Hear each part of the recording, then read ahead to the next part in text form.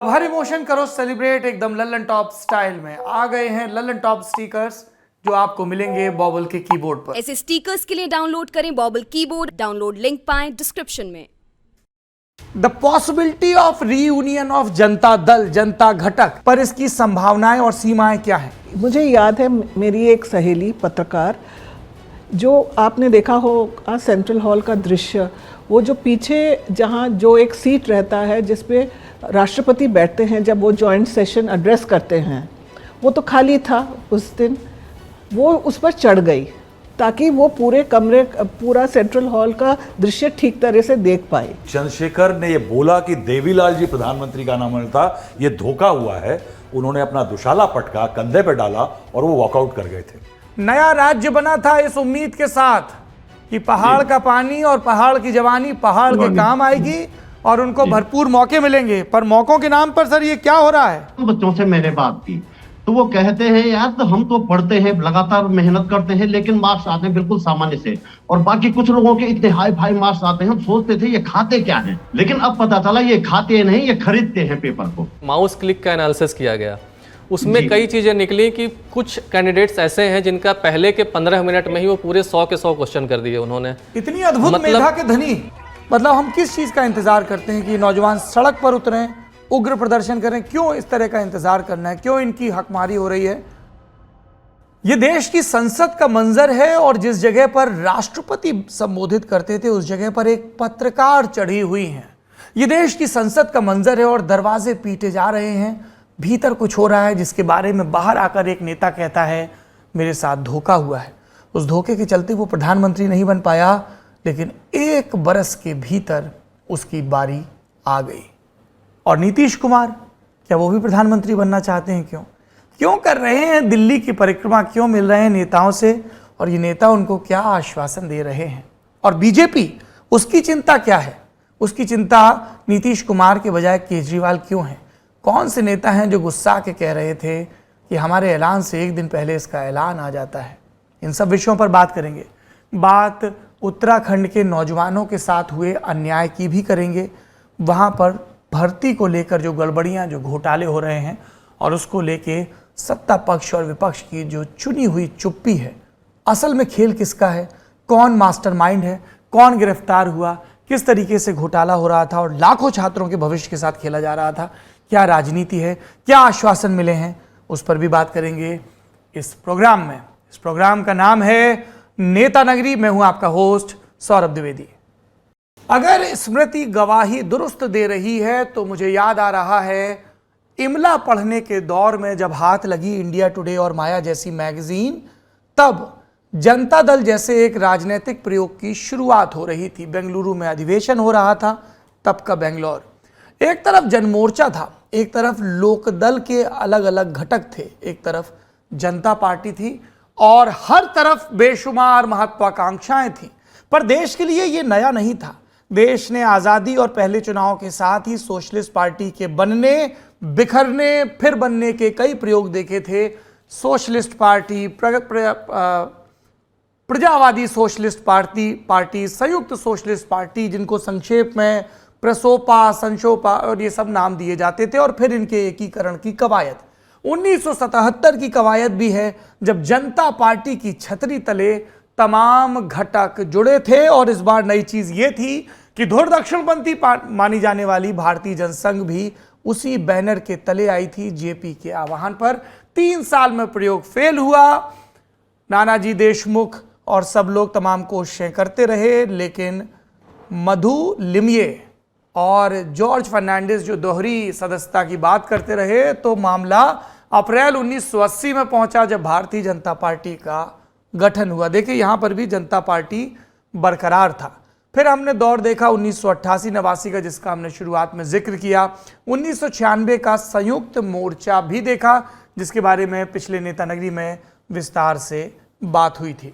UPA का भी दौर देखा और अब दौर देख रहे हैं जब बिहार के मुख्यमंत्री नीतीश कुमार दिल्ली आते हैं, तमाम पुराने नेताओं से जो कभी जनता दल का हिस्सा हुआ करते थे मुलाकात करते हैं, गैर जनता दल नेताओं से भी मिलते हैं, देवेगौड़ा उधर से पुकार लगाते हैं, नवीन बाबू कुछ कहते हैं, ममता बनर्जी कुछ कह रही हैं, केसीआर कुछ कह रहे हैं।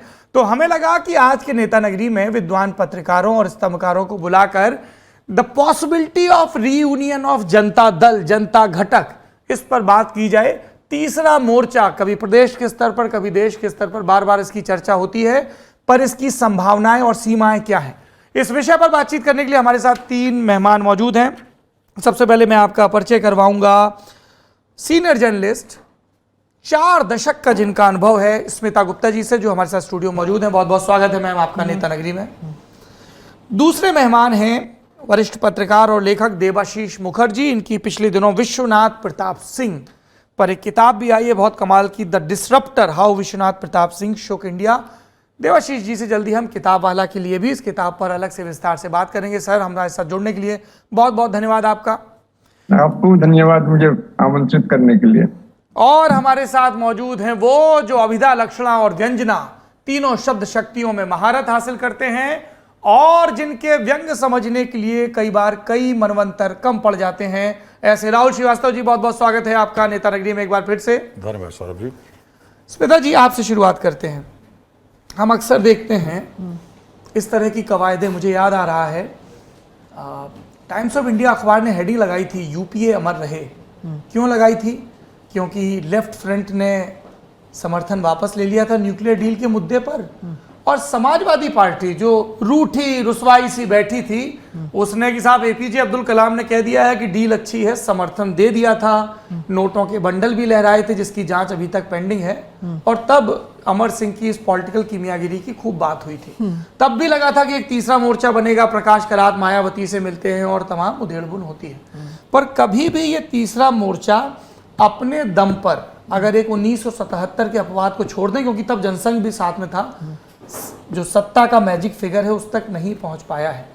क्या ये एक बार फिर से बस बहुत सारे अलायंस को बनाने की कोशिश है ताकि आप पॉलिटिकल बार्गेन कर सकें, अपने आप को स्टैब्लिश कर सकें, या इनके पास कोई ऐसा नैरेटिव और नेता है जो इस कवायद को पूरा कर सके, जो अभी तक नहीं हुआ वो इस बार कर सके? पिछले तजुर्बे क्या कहते हैं और अभी की क्या संभावनाएं हैं?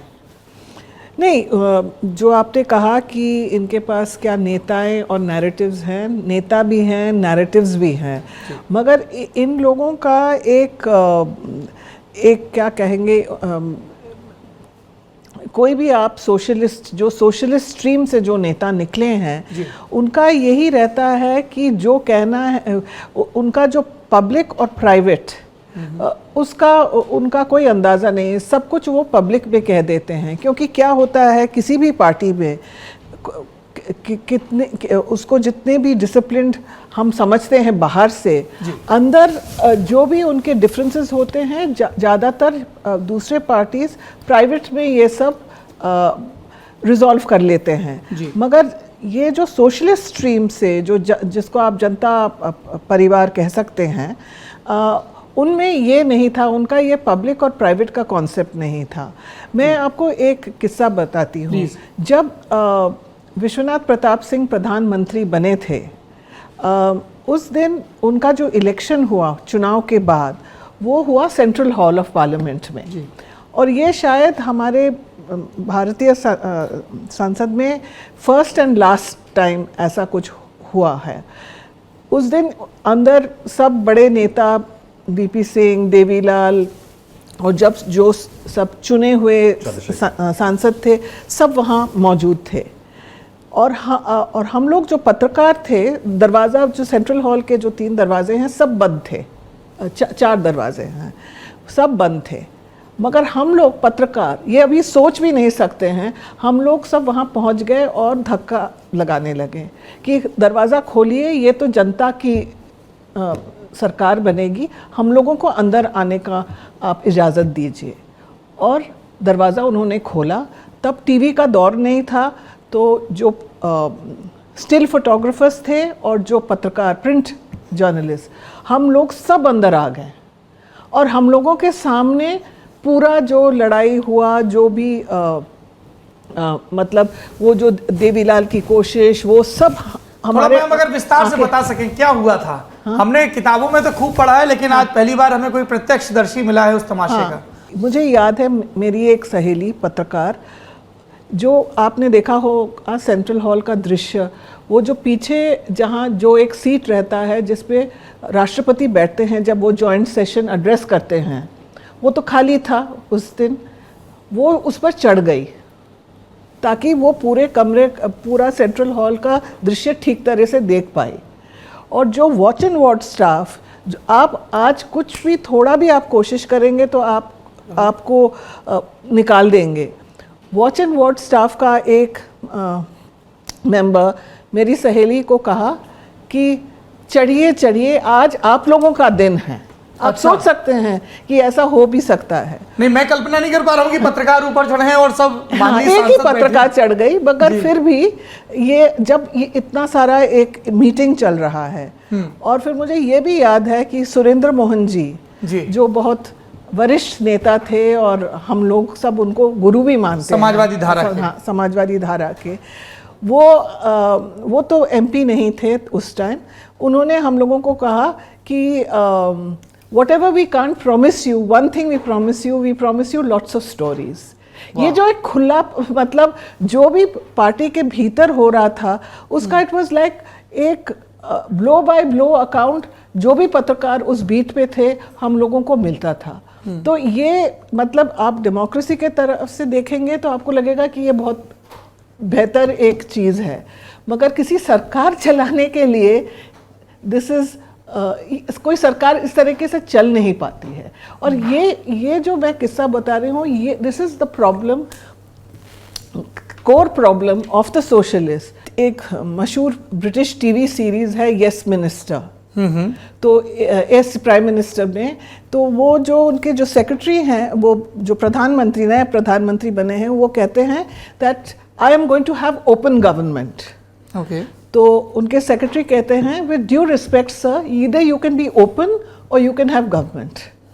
और ये जो उन्होंने कहा, ये बिल्कुल इन लोगों का, जब भी आप देखेंगे कि वो आते हैं सत्ता में, लोगों की जो आशाएं हैं, बहुत सारी आशाएं होती हैं, क्योंकि उनका जो एक डेमोक्रेटिक तरीका है काम करने का, मगर वो भी फिर सत्ता में आकर वो फेल हो जाते हैं। इंटरेस्टिंग। इससे पहले कि मैं अपने अगले मेहमान देवाशीष जी की तरफ मुड़ूं, मैं दर्शकों का ध्यान दिलाना चाहता हूं कि किस तरीके से जब गैर कांग्रेसवाद की राजनीति की शुरुआत हुई तो उसमें एक अगर हिंदू महासभा और जनसंघ के धड़े को छोड़ दें, जिसमें भी काफ़ी नेता इंक्लूडिंग श्यामा प्रसाद मुखर्जी, इन सब की राजनीति की शुरुआत, बल्कि आरएसएस को बनाने वाले केशव बलराम हेडगेवार की भी राजनीति की शुरुआत कांग्रेस से हुई थी। क्योंकि 1947 के पहले कांग्रेस को एक ऐसी अम्ब्रेला संस्था माना जाता था जिसमें सोशलिस्ट विचारधारा के लोग भी थे, कम्युनिस्ट भी थे, हिंदूवादी भी थे, सब थे, और वो आज़ादी की लड़ाई के लिए एक राजनीतिक विकल्प के तौर पर काम कर रहे थे। क्योंकि अंग्रेज़ों की सबसे बड़ी चुनौती यही होती थी कि ना तो आप लोगों को पॉलिटिकल अवेयरनेस है, ना शऊर है, ना आपके पास ऐसे लोग हैं जो सिस्टम को रन कर सकें। पर आज़ादी के बाद आप देखेंगे तो राम मनोहर लोहिया के नेतृत्व में एक गैर कांग्रेसी सोशलिस्ट धड़ा है जो विकसित होता है, जिसमें मीनू मसानी, जिसमें मधुलिंबी, ऐसे बहुत सारे नेता आते हैं। अगर आप प्रदेशों की बात करें तो कर्पूरी ठाकुर सरीखे नेता आते हैं। फिर इसमें कांग्रेस से नाराज नेता जुड़ना शुरू करते हैं, जिसमें एक लंबी फेहरिस्त है चौधरी मोरारजी देसाई, चौधरी चरण सिंह, चंद्रशेखर सरीखे नेताओं की, और एक खिचड़ी बननी शुरू होती है। गैर कांग्रेसी नेता जो लंबे समय से सोशलिस्ट राजनीति कर रहे हैं, और कांग्रेसी नेता जो इंदिरा की रिजीम से अलग अलग वजहों से नाखुश हैं। इसलिए मैंने खास तौर पर मोरारजी देसाई का नाम लिया। और एक तीसरा दौर आता है जब एक बार फिर से कांग्रेस से ही निकल कर आए नेता, इनके सिरमौर बनते हैं विश्वनाथ प्रताप सिंह। इस पूरे दरमियान लेफ्ट पार्टियों का बड़ा दिलचस्प मामला रहा। 1969 में इन्हीं लेफ्ट पार्टियों ने, खासतौर पर सीपीआई ने, इंदिरा की सरकार को बचाया और बौद्धिक हलकों में अपना वर्चस्व कायम किया। फिर नए स्वरूप में ये लेफ्ट सरकारें जब सामने आती हैं तो इन पर यह इल्ज़ाम भी लगता है कि इन्होंने इमरजेंसी के दौर में इंदिरा का जिस तरीके से कुछ धड़ों को विरोध करना चाहिए था नहीं किया। 1989 का वो दौर भी देखा है हमने जब नाम दिया गया रामो वामो, यानी राष्ट्रीय मोर्चा की सरकार, वाम मोर्चा की सरकार, जिसे भारतीय जनता पार्टी बाहर से समर्थन दे रही थी। मतलब आप सोचिए कि एक मीटिंग हो रही है सरकार चलाने के लिए, जिसमें अगर आज के उदाहरण से कहूँ कि पिनरई विजयन भी बैठे हों, जेपी नड्डा भी बैठे हों, अखिलेश यादव भी बैठे हों, तेजस्वी यादव भी बैठे हों, और अरविंद केजरीवाल सरी के नेता भी बैठे हैं और ये सब मिलकर सरकार चला रहे हैं, तो वो कैसा मंजर दिखेगा आपको। तो ये जो एंटी कांग्रेस वाली पॉलिटिक्स है, ये 90 के दशक में फिर बदलनी शुरू होती है और ये एंटी बीजेपी पॉलिटिक्स होने लगती है, क्योंकि बीजेपी अपने आप को असर्ट करती है, पॉलिटिकली राइज करती है। इसीलिए 1996 पर जब विश्वास मत पर अटल बिहारी वाजपेयी बतौर प्रधानमंत्री भाषण देते हैं इस्तीफे से पहले, तो राजनीतिक छुआछूत की बात बहुत प्रमुखता से करते हैं। पर हमने देखा कि वो छुआछूत खत्म हुई। तमाम दल जो कभी संयुक्त मोर्चा का हिस्सा थे, चाहे वो तेलुगु देशम पार्टी हो या दूसरी पार्टियां, वो एक एक करके अटल बिहारी वाजपेयी के साथ आती हैं। पर 2014 के बाद से बीजेपी के वर्चस्व का दौर है और कांग्रेस के निरंतर पतन का दौर है, इसलिए ये बातचीत नए सिरे से हो रही है। एक राजनीतिक कल्पना करिए जिसमें बीजेपी के चैलेंजर के तौर पर एक फ्रंट सामने आए, एक तरफ से ममता बनर्जी के बाद झारखंड मुक्ति मोर्चा, बीजू जनता दल, उसके बाद बिहार में जनता दल यूनाइटेड और आरजेडी, उत्तर प्रदेश में समाजवादी पार्टी और बहुजन समाज पार्टी, दिल्ली में कांग्रेस, हरियाणा में चौटाला की पार्टी, पंजाब में अकाली दल, उसके बाद आप नीचे जाएंगे महाराष्ट्र में शिवसेना और एनसीपी, नीचे कर्नाटक में जाएंगे जेडीएस, आंध्र प्रदेश में जगन मोहन रेड्डी, तेलंगाना में केसीआर, तमिलनाडु में स्टालिन और केरल में पिनरई विजयन की पार्टी। पर ये भानुमति का कुरमा जोड़ेगा कौन? देवाशीष जी, क्या संभावना है तीसरे मोर्चे की? और अभी जो नेता रिंग में अपनी दावेदारी फेंक रहे हैं, चाहे नीतीश हो, चाहे केसीआर हो या कोई और हो, कोई ऐसा है जिसके परचम तले एकजुटता हो सकती है 2024 में? क्या मतलब निकाले जाए फोटो ऑप से ज्यादा इस कवायद के? देखिए, आइडियोलॉजी की तरफ से तो साफ है, ये इनमें एक अंतर है। जो बीजेपी की जो आइडियोलॉजी है, जिससे आप हिंदूवाद कहते हैं, राष्ट्रवाद कहते हैं, जो भी कहे, एक फर्क है ऑपोजिशन पार्टीज और बीजेपी में। तो उसी के आधार पर ही इनका एक एकजुट हो सकते हैं। जैसे और आप अगर जनता दल परिवार की बात करें तो 2015 में भी कोशिश हुआ था, और लेकिन वो बहुत कम समय चला और फिर नीतीश जी तो उनके तरफ चले गए वगैरह वगैरह। तो अभी लेकिन आइडियोलॉजी के बेसिस पर, और ये मुसलमानों का क्या पोजीशन होगा हमारे भारतीय समाज में, इस मुद्दे पर अभी भी दोनों में एक क्लियर फर्क है। और इसलिए मेरे ख्याल से एकजुट होना बिल्कुल हो सकते हैं। और एक बात है, ऑफ कोर्स, ये क्षेत्र के प्रॉब्लम की, अगर उनका राइवलरी रहे तो एक ही क्षेत्र में, तो तब मुश्किलें, अटकलें आ सकते हैं और आते भी हैं। लेकिन अगर ये क्षेत्र का प्रॉब्लम सॉल्व कर ले, कि जैसे इन्होंने अखिलेश यादव और जयंत चौधरी ने किया इधर आपके यूपी में, और जो अपना बिहार में ये लोग नहीं कर पाए, चिराग पासवान और नीतीश कुमार वगैरह, तो अब अभी भी एकजुट होने के चांसेस है, क्यों नहीं है? जी, एक चीज मैं और जानना चाहता हूं। हमने 77 के प्रयोग में देखा कि जयप्रकाश नारायण की नैतिक शक्ति लोगों के सामने थी। भारत छोड़ो आंदोलन के हीरो, बिनोवा के आंदोलन से जुड़े व्यक्ति, तो उनके कहे का एक मान था, सम्मान था, और लोगों को यकीन था कि जेपी कुछ कह रहे हैं, और फिर जेपी के परचम तले वो गोलबंदी होती है। 1989 की भी बात करें तो लोगों को लग रहा था कि ये राजनीतिक प्रहसन नहीं है, और जब राजा मांडा कहते थे जन मोर्चा की रैलियों में कि मेरी जेब में वो नंबर हैं, फलाने नंबर पर वो फोर्स का पैसा जमा है, तो लोगों को लग रहा था कि पॉलिटिकल करप्शन के खिलाफ एक क्रूसेडर सामने आ रहा है। हम 2022 में ये बातचीत कर रहे हैं। वीपी के उस आंदोलन के क्या सबक हैं जो अगर ऐसी कोई कवायद होती है तो 2024 के पहले नेताओं को याद रखने चाहिए? एक ये, इस पर आपकी टिप्पणी चाहता हूं क्योंकि आपने बायोग्राफी लिखी। दूसरा, मैं ये जानना चाहता हूं कि सबसे बड़ा राजनीतिक दांव अगर हिंदुस्तान की राजनीति में कोई रहा, जातियों के सामाजिक वर्ग की गोलबंदी और महत्वाकांक्षाओं की अभिव्यक्ति के रूप में, तो वो था मंडल कमीशन की रिपोर्ट को लागू करने का दांव।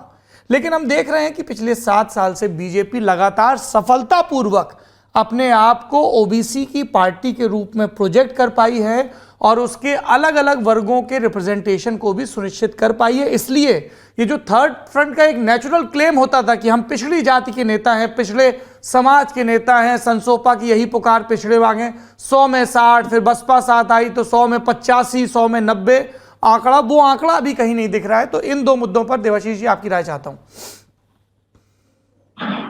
देखिए, ये बात तो सही है कि बीजेपी को एक मेजर चंक अपनी पिछड़ी जाति के वोट उनको मिले हैं। मेरे ख्याल से यूपी के बारे में तो इसका विश्लेषण भी किए हैं। ये CSDS लोक नीति के सर्वेस हुए हैं जिसमें देखा गया है कि नॉन यादव ओबीसी और नॉन जाट दलित बहुत सारे बीजेपी को वोट दिए हैं और उनका 2009 के बाद 2009 में वो करीब 20% ऐसे मिलते थे, अभी उनका 50% से ऊपर है। ये बात सही है। तो और ये क्यों हो रहा है ये भी एक रहस्य है। अब ये मंडल की जो एक ओबीसी मैंने ग्रुपिंग हुआ करता था, जो एक पूरा चंक एक मिलता था, वो अभी नहीं है। अभी मंडल 2.0 या 3.0 हो चुका है। उससे भी अभी 30 साल पीछे जा नहीं पाएंगे। और जो लोहिया जी का विजन था और to some extent Vishwanath Pratap Singh ji का विजन था कि मंडल से ओबीसी को एकजुट किया जाएगा, वो मेरे ख्याल से हुआ नहीं, क्योंकि ये बहुत ही ज्यादा हेटेरोजेनस है जिसको कहेंगे। ओबीसी में इतने ज्यादा फर्क है ओबीसी कास्ट में और उनके इतिहास में, उनके वातावरण में, उनको जिस तरह से ट्रीट किया गया हिस्टोरिकली, इसमें बहुत फर्क है। और इसीलिए वो जो और टू सम एक्सटेंट ये भी कह सकते हैं कि जो ओबीसी नेता आए उभर के, मुलायम जी और लालू जी, इनसे बाकी उनके अपने जाति से आगे जितने ओबीसी कास्ट हैं उनको जुड़कर रख नहीं पाए। उनका भी शॉर्टकमिंग कहा जा सकता है, कमजोरी कहा जा सकता है। ये सब लेकर अब लगता है कि मंडल का कुछ खास वैल्यू नहीं रहा मेरे ख्याल में, और दूसरे तरीके ढूंढने पड़ेंगे ओबीसी कास्ट को जीतने के लिए। और एक करके जैसे, मगर ये अल्टीमेटली एक रहस्य है, at least as far as UP, क्योंकि ऑफ कोर्स ये आपको केशव मौर्य हैं डिप्टी चीफ मिनिस्टर, और वो बेबी रानी मौर्य भी हैं, और एक दो और आपके ओबीसी लीडर्स योगी जी के कैबिनेट में हैं। लेकिन इसके बावजूद कुछ ये एक रहस्य रह गया कि क्यों इतना आकर्षित है नॉन यादव ओबीसी बीजेपी से। ठीक है, देवाशीष जी कह रहे हैं रहस्य है, पर राहुल जी, हम और आप लगातार उत्तर प्रदेश घूम रहे हैं, आप कई दशकों से, मैं पिछले 5 बरस से, तो मुझे रहस्य जैसा तो नहीं लगता है इस पूरे विषय पे। हमने अभी अलग अलग विषयों पर बात की, मैं उन सब पर आपकी राय जानना चाहता हूँ। देखिए सौरभ, एक तो मैं बता दूं, आपको बीच में कहना पड़ा कि मोबाइल नीचे, क्योंकि कुछ लोग नाराज हो जाते हैं कि मोबाइल देख रहे थे बीच प्रोग्राम में। मैंने कहा, स्मिता जी ने एक बात कही कि एक समय ऐसा था जब सेंट्रल हॉल में नेता चुना जा रहा था वीपी सिंह, और उस समय पे एक धोखा हुआ कि देवीलाल जी ने पलटा खाया, और पलटा खा के उन्होंने नाम ले लिया वीपी सिंह जी का, और बगल में ही बैठे, सबसे आगे बैठे थे चंद्रशेखर जी, और कंधे पे दुशाला था उनके ब्राउन रंग का। तो उन्होंने कहा, टीवी कहते, तो उस समय एक न्यूज ट्रैक नाम का एक संगठन होता था, उसका कैमरा अंदर था, और उस समय की, मैं अगर लोग इंटरेस्टेड हैं तो चंद्रशेखर जी ने एक बहुत नाराज होकर के उस समय बाइट दी थी। वो आज भी उसकी एक छोटी सी क्लिपिंग मेरे मोबाइल में है, हम जरूर लगवाएंगे उसको, तो अगर वो सुना जाए तो उन्होंने कहा था कि फैसला ये हुआ था कि देवीलाल जी प्रधानमंत्री बनेंगे, और ये खुले में हुआ है सबके, ये कैमरों के सामने हुआ है, ये तमाम चीजों के सामने हुआ कि चंद्रशेखर ने ये बोला कि देवीलाल जी प्रधानमंत्री का नाम था, ये धोखा हुआ है। उन्होंने अपना दुशाला पटका, कंधे पे डाला और वो वॉकआउट कर गए थे। तो ये जब उसी दिन ये तय हो गया था कि ये सरकार नहीं चलनी है। डूबा हुआ मामला है। उसके बाद आपने ये कहा ना कि देखिए ये जो समाजवादी परिवार है ना, इसके बारे में गोरख पांडे जी ने बहुत अच्छा लिख गए हैं। गोरख पांडे जी कह गए हैं कि परसों ले आई बरसों ले आई हरदम आकाशे तकाई, और धीरे धीरे आई चुप्पे चुप्पे आई अखियन पर पर्दा लगाई। तो ऐसा है कि ये जो एक वक्फा बीटा है ना, जिसकी शुरुआत हुई थी 1971 में, जब रायबरेली के एक चुनाव में राजनारायण साहब को लगा कि उनके साथ बेईमानी हुई है, वो कोर्ट चले गए। वहां से इस पूरे पर तो उसके शुरुआत हुई थी राजनारायण जैसे आदमी से। देखिए इन सब की अगर आप हिस्ट्री देखें, स्मिता ने जिन जिन के नाम लिए, सर ने लिए, they all had an aptitude for opposition, they did not have an aptitude for establishment. ये विरोध में लड़के तपे हुए लोग नेता थे, अपने अपने इलाकों के दबंग थे। ये जब साथ में बैठते थे तो ये किसी की सुनते नहीं थे, क्योंकि ये जमीन से पके हुए नेता थे। आज का समाजवाद, जो नए दौर के जो जनता परिवार के लोग हैं, ये नेता अगर देखें तो ये विरासत में लिए हुए लोग खड़े हुए हैं बहुत सारे। कुमारस्वामी हैं, आपके तेजस्वी हैं, अखिलेश हैं, चरण ये अजीत सिंह के सुपुत्र हैं। ये लोग विरासत में पार्टी और वो तेवर लिए बैठे हैं। ये जमीन से निकले हुए बीज की तरह, जिन्होंने झुलसा रोग और दीमक और तमाम चीजें नहीं झेली हैं, ये वो लोग हैं। तो इनकी पॉलिटिक्स और उनकी पॉलिटिक्स में फर्क है। राहुल जी, हमारे पास वो क्लिप अभी आप प्ले कर रहे थे, जरा दिखाएं दर्शकों को, जिसका वो जरा सा मोबाइल का राहुल नेटवर्क, जी जिसका जिक्र कर रहे थे, वो क्लिप। हाँ नहीं वो वहाँ मौजूद है फीड में। अभी आप दिखा रहे थे ना, चंद्रशेखर जी और सब लोग खड़े हुए हैं, उसको जरा प्ले करिए। हाँ, ये सेंट्रल हॉल का सीन है, बिल्कुल ये वही मीटिंग है। बिल्कुल साहब, मैंने बताया ना ब्राउन कलर का उनके कंधे में शोशाला था। अरुण नेहरू, चंद्रशेखर, ये मीटिंग से पहले का मामला है। जब मीटिंग में आधे लोग ये तय करके आते हैं कि चौधरी देवीलाल का नाम होगा, पर बीजू पटनायक ने कुछ और ही खेल करवा रखा था। हाँ,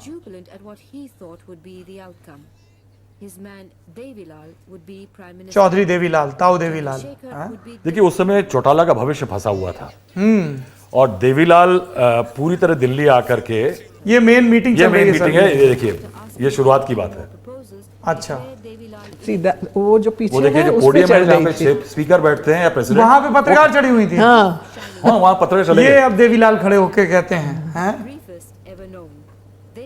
क्या पर्सनालिटी थी साहब।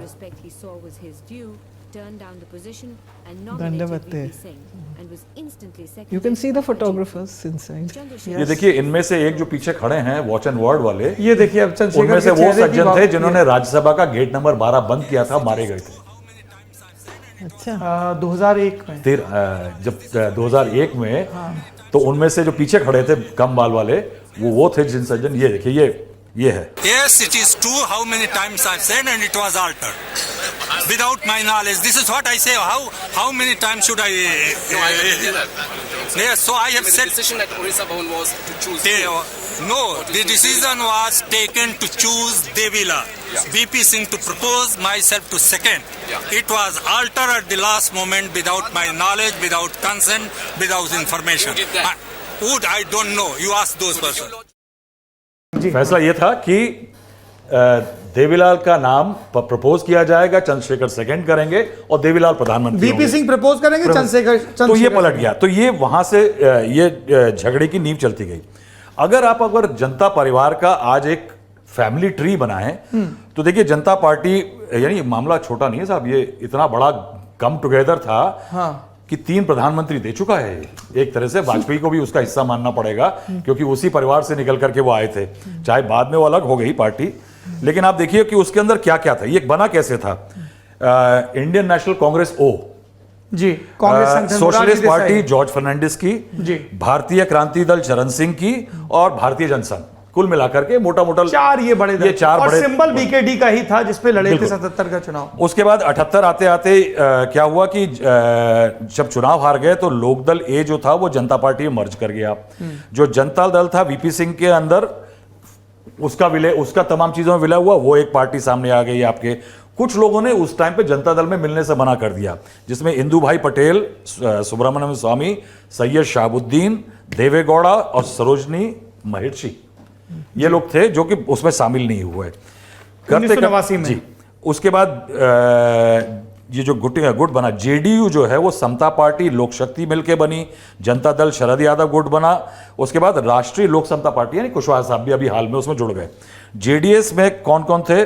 जे.एच. पटेल ने बनाई थी उस समय पे, देवेगौड़ा सिद्धारमैया वगैरह थे, शरद यादव का फैक्शन। ये जे.एच. पटेल वही हैं जब देवेगौड़ा प्रधानमंत्री बन के आ गए थे तो वो कर्नाटक के मुख्यमंत्री बने। इसका फॉर्मेशन हुआ था 1999 में जे.एच. पटेल ने, क्योंकि वो बीजेपी के समर्थन में अटल बिहारी वाजपेयी के साथ चले गए थे तो ये फैक्शन नया बन गया था। आरजेडी बनी लालू यादव जी के, समाजवादी पार्टी जनता दल, डेमोक्रेटिक जो डीपी यादव की पार्टी थी, लोकतांत्रिक जनता दल बना शरद यादव वाला, अली अनवर जो कि 2022 में जाकर के अभी मिला है, समाजवादी पार्टी बनी जनता दल के स्प्लिट के कारण।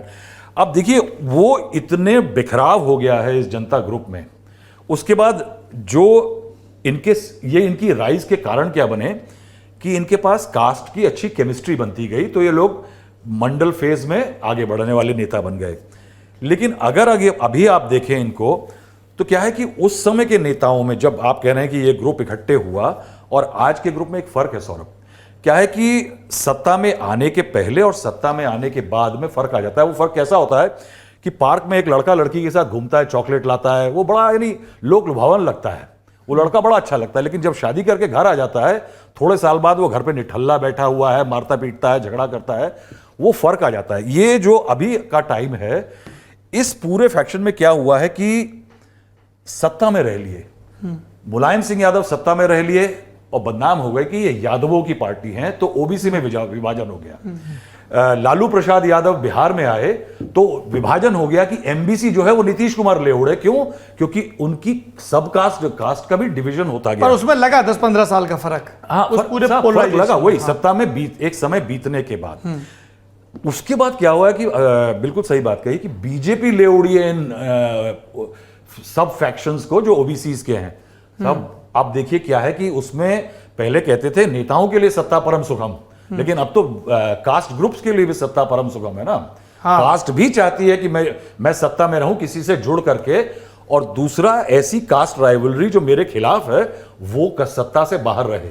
तो यूपी में नॉन यादव्स को इस टाइम मजा आता है कि यादव सत्ता से बाहर है। तो ये जो कास्ट, अब क्या है कि आपका फ्रेगमेंटेशन डीप इतना हो गया है कि आपके लिए आना मुश्किल है। क्यों? क्योंकि इस समय पे नीतीश कुमार कह रहे हैं कि हम वापस आ जाएं। मुझे बड़ा अच्छा लगा कि उन्होंने अभी परसों जाकर के गले लगाया शरद यादव जी को, उसी शरद यादव को जिसको उन्होंने कहा था कि तुम लालू यादव की रैली में बैठ रहे हो, तुम एंटी पार्टी एक्टिविटी कर रहे हो, पार्टी से निकाला, राज्यसभा से निकलवाया उसी नीतीश कुमार को, क्योंकि अब वो शरद यादव को, चूंकि अब नीतीश कुमार समाजवादी फिर से आरजेडी के साथ बैठ गए तो उनको गले लगा रहे हैं। तो क्या आप मुझे बताइए कि एट दी हस्टिंग्स जब मौका आएगा तो क्या Sharad Yadav will not hold that grudge कि मैं पार्टी से, और बहुत बेआबरू का हुआ था क्योंकि जिस तरह से वेंकैया नायडू चेयरमैन थे राज्यसभा, उन्होंने फैसला सुनाया था कि दिस कंस्ट्रूज एंटी पार्टी एक्टिविटी, कि किसी और पार्टी के ताकीद के खिलाफ जाते हुए किसी पॉलिटिकल फंक्शन में बैठ जाना एंटी पार्टी एक्टिविटी होता है। शरद यादव उसमें निकाले गए थे साहब। अब बातचीत हो रही है कुमारस्वामी की कि नॉर्थ कर्नाटका में कुछ सीटें ऐसी हैं जो कि उनके इन्फ्लुएंस से बाहर हैं कुमारस्वामी के, बिल्कुल, तो वहां पे सीट शेयरिंग का एक पैटर्न बन जाए शायद नीतीश कुमार की पार्टी जेडीयू जेडीएस में। साहब ये मैन्युफैक्चर्ड है। सीताराम येचुरी और तमाम नेताओं का बड़ा क्लियर कहना है कि चुनाव से पहले कोई कोalition नहीं हो सकता, कोई कमिंग टुगेदर नहीं हो सकता। अगर होगा तो वो चुनाव के बाद होगा, यानी वोटर तय करेगा कि नेता कौन होगा या कोalition क्या होगा। नेता चुनाव से पहले बहुत मुश्किल है। अच्छा, ये जब आप इस कवायद की बात कर रहे हैं तो इसमें ऐसे दलों को भी शामिल कर रहे हैं जिनका जनता दल का इतिहास नहीं रहा, जैसे केसीआर या ममता बनर्जी। देखिए उसमें एक क्राइसिस है। अभी केसीआर साहब पटना में थे, वहां पे आपने देखा कि नीतीश जी मुस्कुरा रहे हैं, चाह रहे हैं, लेकिन केसीआर जवाब नहीं दे रहे हैं। हमने पिछले शो में जी ये किया था डिस्कस। उसमें इंटरेस्टिंग चीज ये है, केसीआर और ममता बनर्जी एक थर्ड फ्रंट चाहते हैं। नीतीश कुमार देखिए साहब, उनकी मजबूरी इस टाइम इतनी बुरी फंसी है कि वो चाहते तो हैं थर्ड फ्रंट या एक जनता पार्टी फ्रंट या कोई फ्रंट उनको बैक कर दे, लेकिन साहब ऐसा है कि चुनाव जाकर के हैं 2024 में, तब तक मुख्यमंत्री रहना है, तब तक आरजेडी जो है वो कांग्रेस का हाथ नहीं छोड़ने वाला। साहब शरद पवार और तमाम लोग ये कहते हैं कि बिना कांग्रेस के कोई फ्रंट नहीं बन सकता। तो इसलिए ममता बनर्जी और केसीआर से दामन नहीं थाम सकते, क्योंकि वो कांग्रेस के बिना चाहते और हैं। केजरीवाल भी आखिरी तक पत्ते अपने तो आप जी, सब ये मैम, आपको सोचिए कि जोड़ना ये चाह पूरी रही थी। क्राइसिस जो है इतने डिविजन्स के कारण बहुत हैं। आप कुछ जोड़ना चाह रही थी जब जनता पार्टी पर बात हाँ, चल रही नहीं, मैं ये कहना चाहती हूँ कि जैसे ये जो आप 2024 के चुनाव के बारे में आप पूछ रहे हैं, ये जो सबसे बड़ी दुविधा ये है कि आज भाजपा का नेता नरेंद्र मोदी है और लोग ये मानते हैं कि नरेंद्र मोदी का पर्सनैलिटी एक बहुत बड़ा एक प्लस पॉइंट है भाजपा के लिए, तो इसलिए इसके सामने एक और कोई चैलेंजर को खड़ा करना पड़ेगा। हाँ, ये एक तरफ ये कहा जा रहा है, तो इसलिए लोग सोचते हैं कि कभी बोलते हैं नीतीश कुमार, कभी बोलते हैं ममता बनर्जी, कभी बोलते हैं राहुल गांधी, जो भी बोलते हैं, मगर जैसे अभी राहुल ने भी कहा कि ये लोग ऐसे हैं जो विपक्ष में अभी हैं। वो जैसे बंगाल में ममता बनर्जी वामपंथी पार्टीज के साथ और कांग्रेस पार्टी के साथ कोई रिश्ता नहीं रखना चाहती है। तेलंगाना में केसीआर कांग्रेस के साथ कोई रिश्ता नहीं रखना चाहता है। तो इस तरीके से जो इन लोगों में डिफरेंसेस है, तो यदि उनको एक साथ आना है, एक ही चीज़ कर सकते हैं, एक कॉमन प्रोग्राम, जो एक कॉमन मिनिमम प्रोग्राम, और ये कह सकते हैं और फॉर्म अ जैसा 1996 में था संयुक्त मोर्चा का प्लेटफॉर्म ऑफ नेताज, और फिर अंत में जैसे राहुल ने भी अभी कहा, वोटर्स डिसाइड करेंगे, जिस पार्टी का सबसे बड़ा नंबर होगा उसका ही नेता बनना चाहिए। तो वो ही एक फॉर्मूला काम कर सकता है, क्योंकि अभी आप नीतीश को आगे करेंगे तो कोई उसको खींचेगा, जी, आप केजरीवाल को आगे करेंगे तो बहुत सारे लोग उनको खींचेंगे। एक विकल्प वो भी है कि एक जो हम लोगों ने 1989 के लोकसभा चुनाव में देखा था कि यूपी में ही जनता दल और बीजेपी के बीच एक टैक्टिकल अलायंस था, कहीं कहीं फ्रेंडली फाइट थी, कहीं कहीं वॉकओवर जैसा था। चूंकि अभी जिक्र आ गया है कांग्रेस का, भारत जोड़ो यात्रा शुरू हो गई राहुल गांधी के नेतृत्व में। शुरुआती जिसको कहते हैं रुझान आने शुरू हो गए हैं, आरोप प्रत्यारोप भी खूब लग रहे हैं, और बीजेपी टैक्टिकली स्मृति ईरानी और हिमंता बिस्वा शर्मा को आगे रखती है राहुल पर अटैक के लिए। लगातार उनके बयान भी आ रहे हैं। आज हिमंता ने एक कार्टून टाइप का मीम टाइप का वीडियो भी शेयर किया। भारत जोड़ो यात्रा का क्या नतीजा रहेगा, क्या संभावना लग रही है? इस भारत जोड़ो यात्रा, यदि ये मैं थोड़ा आपको इतिहास में ले जाती हूँ जी। 1983 में चंद्रशेखर जी ने एक पदयात्रा किया था कन्याकुमारी से दिल्ली तक, और 4000 किलोमीटर का पदयात्रा था, और मैं भी उसमें शामिल हुई थी 4 दिन कवरेज के लिए। अच्छा। जेजुरी टू पूना 60 किलोमीटर मैं भी चली उनके साथ। यदि आप मेरे साथ होते तब आपको लगता कि चंद्रशेखर देश के सबसे बड़ा नेता है। इतनी भीड़ आई, इतने लोग जुड़े। मुझे ये भी याद है जब हम पूना के अंदर आने वाले थे, तब वहाँ जो आर्म फोर्सेस मेडिकल कॉलेज के जो छात्र थे वो रास्ते पे खड़े थे, AFMC के। हाँ। तो मैं उनसे बात करने लगी कि आप तो उन्होंने कहा, अरे ये कौन है, ये चंद्रशेखर, ये सोचता है बड़ा गांधी है, डांडी मार्च और ये सब। फिर मैंने कहा, आप कितने देर से खड़े हैं? उन्होंने कहा, हम 4 घंटे से खड़े हैं।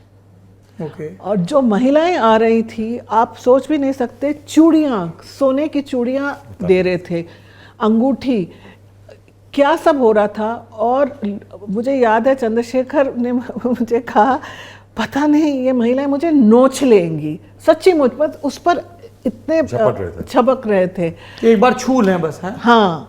और एक छोटा सा बच्चा था, ही होगा 10-12 साल का, उसने अपने माता पिता को कहा कि मुझे इनके साथ जाना है। तो उनके बेचारे पिताजी उनको स्कूटर पे ला रहे थे।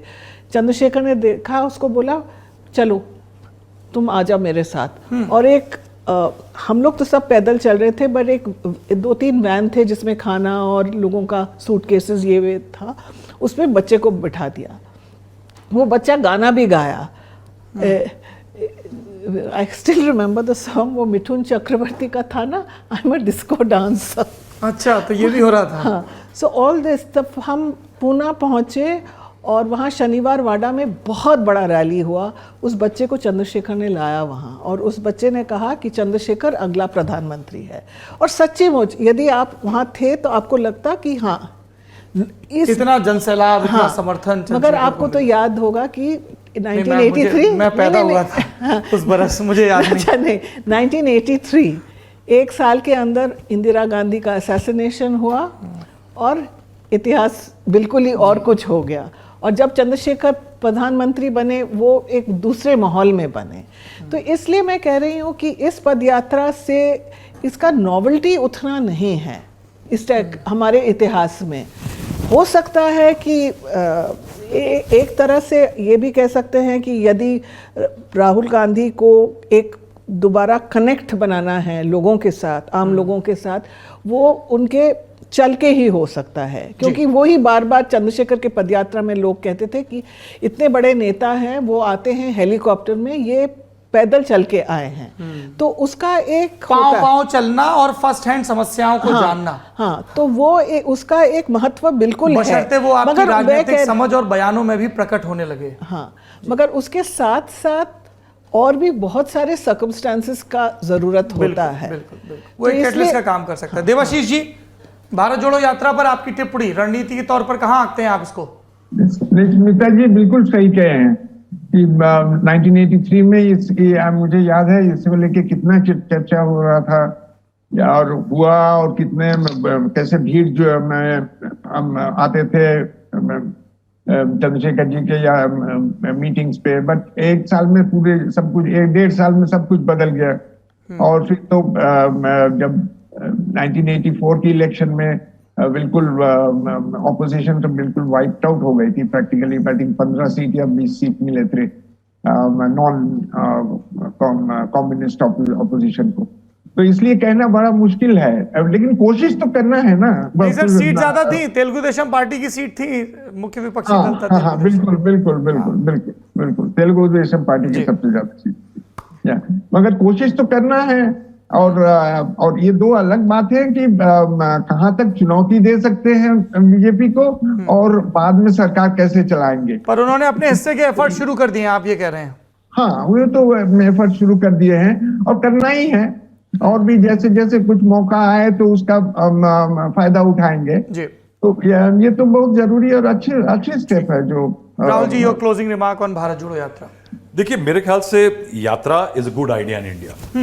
Dandi changed a lot of thing for India. उसके अलावा अगर आप देखें तो अडवाणी जी की जो रथ यात्रा थी, 12 को अनाउंसमेंट, सितंबर 1990 अनाउंस हुई और 25 को शुरू हुई थी। उसने इस देश की राजनीति, चाहे आज नरेंद्र मोदी और उनकी पार्टी, आप अडवाणी जी की यात्रा का जिक्र करें, उससे पहले देवीलाल ने न्याय यात्रा निकाली थी अपनी मैटाडोर पे जी। यूपी, बिहार, उसको अगर आप कहेंगे तो पॉलिटिक्स की शेप उसने चेंज करी। आज जो बीजेपी है, जो एक हिंदुत्व की उस पर आज बीजेपी चल रही है और उस पर कंसोलिडेट कर रही है कि ओबीसी वोट लाए हैं, डेमोग्राफिक बेस चेंज किया है, बैकवर्ड्स का वोट आया है, तमाम चीज़ें हैं, डिलीवरी अच्छी है सरकार की, ये चीज़ें हैं, लेकिन वो क्रेडिबल, उसको क्रेडिट जाएगा। राहुल गांधी के लिए यात्रा एक अपने लिए उन्होंने मौका क्रिएट किया है। देखिए, सबसे पहला है कि रिलक्टेंट पॉलिटिशियन का जो उन पर टैग लगता था ना, इतने दिन चलेंगे, जनता के बीच में रहेंगे, थोड़े धक्के खाएंगे, टेंट कंटेनर में रहेंगे, तो एक वो जो एक इमेज है ना कि वो रिलक्टेंट पॉलिटिशियन है, वो खत्म हो गया। दूसरा कनेक्ट, तीसरा कार्डर। थोड़ा सा क्राइसिस है मैं कहूंगा इस यात्रा के अंदर कि किसी नेता को चैलेंज यानी स्पंक होना चाहिए कि किसी यात्रा जैसा एक बड़ा टेम्पलेट लेके अगर चला है तो पहले चैलेंज के गढ़ में घुसना चाहिए। तो क्या है कि आप गुजरात और हिमाचल नहीं जा रहे हैं आप, क्योंकि अगर आप वहां गए और चुनाव हार गए तो आपको श्रेय लेना पड़ेगा कि हार आपके बावजूद हो गई। और चूंकि तो गांधी की लेगेसी पे क्लेम करते हैं तो गुजरात तो इनके लिए बड़ा मुफीद होता शुरू करने के लिए। बिल्कुल, और गुजरात में अभी है, ऐसा नहीं है कि कांग्रेस खत्म हो चुकी है, कांग्रेस के लिए ग्राउंड है। अगर आप हिस्ट्री देखें, स्मिता ने कहा जो यात्राओं का, तो बड़े इंटरेस्टिंग चीजें हैं। देखिए, वाईएसआर ने यात्रा करी 2003 में 1500 किलोमीटर, 2004 में चीफ मिनिस्टर बन गए। जगन उनके चंद्रबाबू नायडू ने 2013 में करी 1700 किलोमीटर, 2014 में सीएम बन गए। दिग्विजय सिंह ने 2017 में करी 3300, कांग्रेस ने सरकार बना ली 2018 में। जगन ने करी 2017 में 3648, 2019 में मुख्यमंत्री हुए। तो यात्रा से सफलता मिलती है राजनेता और को। प्रधानमंत्री जब सीएम थे तो उन्होंने बहुत यात्राएं करते थे। मेरे ख्याल से ये सब निकाल ही देते इन थे सब फायदों के अलावा राहुल गांधी एक कोशिश और कर रहे हैं, ये मोदी को अपदस्थ करने की लड़ाई नहीं है, लेकिन राहुल गांधी कहीं ना कहीं एक चीज भी और भी सेटल कर रहे हैं कि जो कांग्रेस की प्रिंसिपल ऑपोजिशन पार्टी की स्पेस है, जो कि बहुत तरह से चैलेंज हो रही है, आज हर डायरेक्शन से चैलेंज हो रही है, Rahul Gandhi still trying to say that कि हम अभी भी देश की पैन नेशनल पार्टी और प्रिंसिपल ऑपोजिशन पार्टी है। ऐसे समय में जब नीतीश कुमार कोशिश कर रहे हैं एक ऑपोजिशन कोalition की, जो कि लामबंदी है विपक्ष की, उसमें अगर कांग्रेस अपनी रेलेवेंस प्रूव करती है in terms of generating support, ये कांग्रेस के लिए अच्छी यात्रा हो सकती है। चलिए, आपने राजनीतिक समीकरणों की बात बहुत सुन ली। इससे पहले कि हम इस सत्र को समाप्त करें, तीनों विद्वान मेहमानों की टिप्पणियों के बारे में चर्चा करें और अपने आसपास, स्मिता जी हमें बता रही थी शूट शुरू होने के पहले एक और पॉलिटिकल डिनर के बारे में, और राहुल जी कितना भी कहें कि आप लोग भोजन की बातें करते रहते हैं, पर दर्शकों ने बड़ा उत्साह दिखाया। तो आप जिस डिनर के बारे में बता रही थी मैम, अगर बता सकें, and then we'll close this session. हाँ, ऐसा हुआ था कि जनवरी 2013 की बात है और जनता दल यूनाइटेड के नेता केसी त्यागी के घर पे निमंत्रण था, डिनर का निमंत्रण था। तो उस दिन मुझे याद है कि बहुत सारे बड़े नेताएं वहाँ थी। एक सुषमा स्वराज थी, यशवंत सिन्हा, प्रफुल्ल पटेल, सीताराम येचुरी, मतलब अलग अलग स्ट्रीम्स के लीडर्स थे और एक ही चर्चा हो रही थी, सब एक साथ बैठे थे और वो चर्चा था अराइवल ऑफ आम आदमी पार्टी। और तभी शायद पहला चुनाव जिसमें आम आदमी पार्टी दिल्ली में लड़ी थी, और मैंने कभी ऐसा नहीं देखा कि ये एक वामपंथ के लीडर, एक भाजपा की नेत्री, एक एनसीपी के नेता, ये सब एकजुट होकर एक ही चीज़ कह रहे थे कि ये Aam Aadmi Party is a danger to all of us. और in the future Sitaram Yechury, Yashwant Sinha और प्रफुल्ल पटेल और भी थे, मुझे जेडीयू के भी निश्चित कोई और थे। तो मुझे ये याद है कि, और वो आज यदि आप देखेंगे कि आम आदमी पार्टी एक तरह से अलग ही अपना रास्ता ले रही है, the way they are expanding, और जो भी दूसरे पार्टीज हैं, whether it is left, whether it is JDU, whether it is Congress, BJP, सब आइडियोलॉजिकल पार्टीज़ हैं, विचारधारा वाले पार्टीज़ हैं, मगर ये एक ही पार्टी है आम आदमी पार्टी जो नॉन आइडियोलॉजिकल है, जो सिर्फ गवर्नेंस की बात करती है। तो शायद इस वजह से उनका डर था। और आज भी आप बोलते हैं कि इंडिया को नंबर 1 बनाना है और उसी को अपनी आइडियोलॉजी बताते हैं। बड़ा एक क्लासिकल पॉलिटिकल साइंस के पॉइंट ऑफ व्यू से बड़ा वेग सा रहता है मामला जी। हाँ, और ये भी मुझे उस दिन 2-3 दिन पहले एक बड़े भाजपा के नेता से हम बात कर रहे थे और हम लोगों ने ये आम आदमी पार्टी के बारे में पूछा जी, तो वो बहुत नाराज हो गए। क्या बोले? बोले कि कभी कुछ अनाउंसमेंट हम लोग करने वाले हैं, उसके एक दिन पहले वो केजरीवाल कर देता है, अब लोग बहुत कंफ्यूज हो रहे हैं। तो हमें भी बहुत आश्चर्य हुआ कि इतना सा छोटा सा पार्टी से क्यों इतना नाराज हो रहे हैं। हाँ जी, हाँ, इंटरेस्टिंग। चलिए, आपको इस तरह की अंतापुर की कहानियां सुनाते रहेंगे, आप देखते रहिए नेता नगरी। बढ़ते हैं अगले सत्र की तरफ। नेता नगरी के इस सत्र में बात उत्तराखंड की होगी। वहां के बेरोजगार नौजवानों के साथ जिस तरह का भद्दा मजाक हो रहा है, जिस बेशर्मी के साथ भ्रष्टाचार कर रहा है सरकारी तंत्र, और उसके बाद जिस तरह के बयान दे रहा है गोया सारी सरकारी नौकरियां इन माननीयों के रिश्तेदारों के लिए ही संविधान के द्वारा आरक्षित की गई हों। हमें लगा कि इस पर विस्तार से बात करनी चाहिए।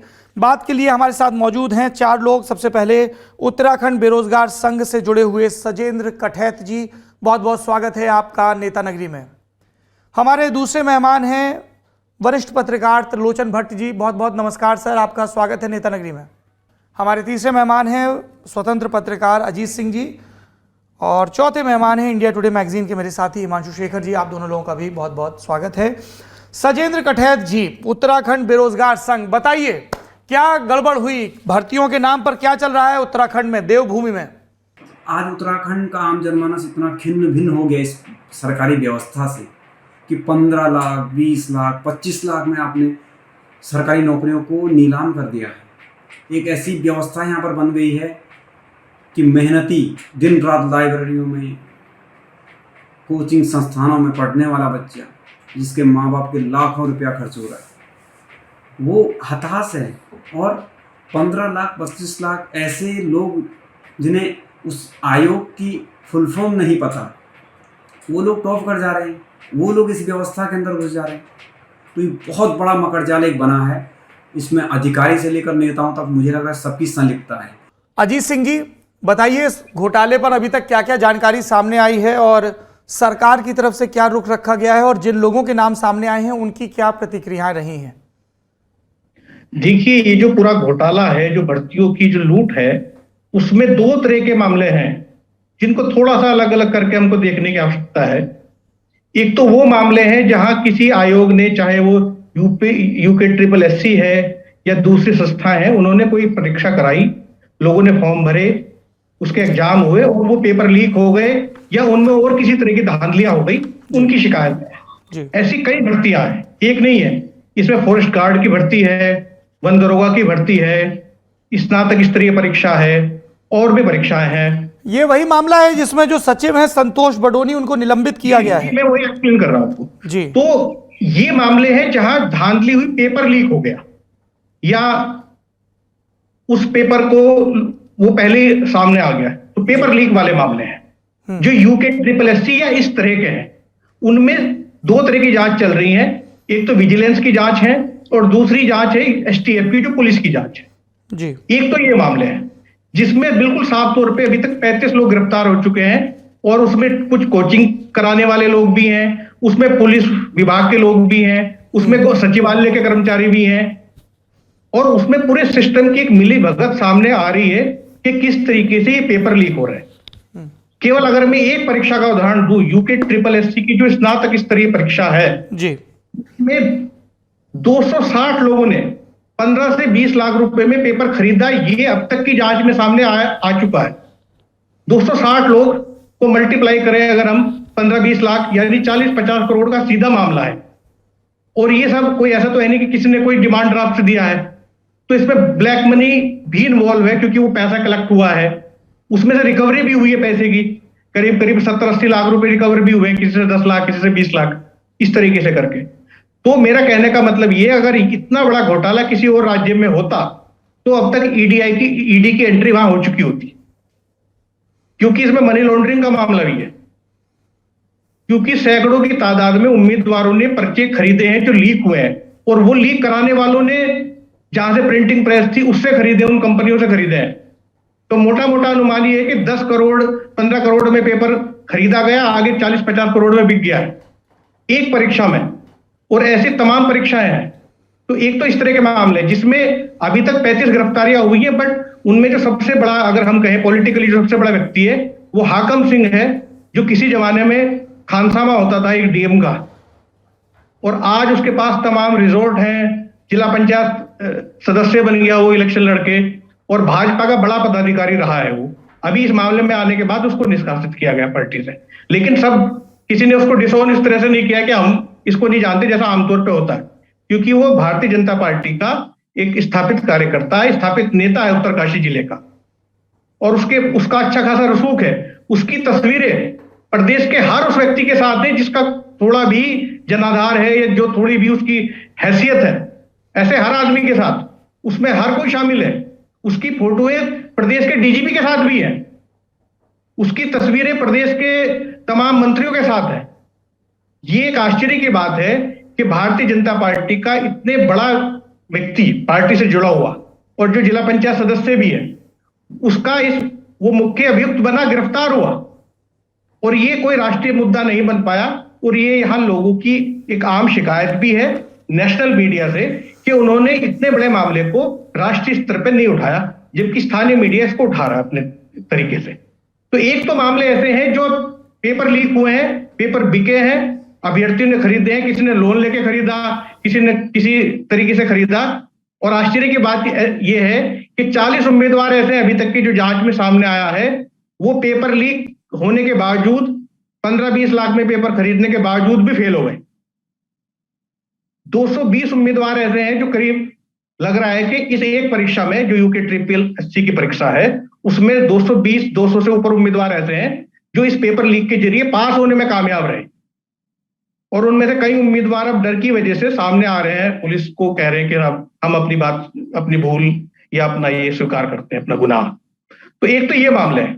अब हुआ क्या, जैसे ही ये पेपर लीक वाला मामला सामने आता है, इसी के पैरेलल एक पॉलिटिकल, इसने पूरा हलचल मचा दी है पूरे राज्य की राजनीति में, और इवन भारतीय जनता पार्टी की भीतर अंदरूनी राजनीति में भी इसने हलचल मचा दी।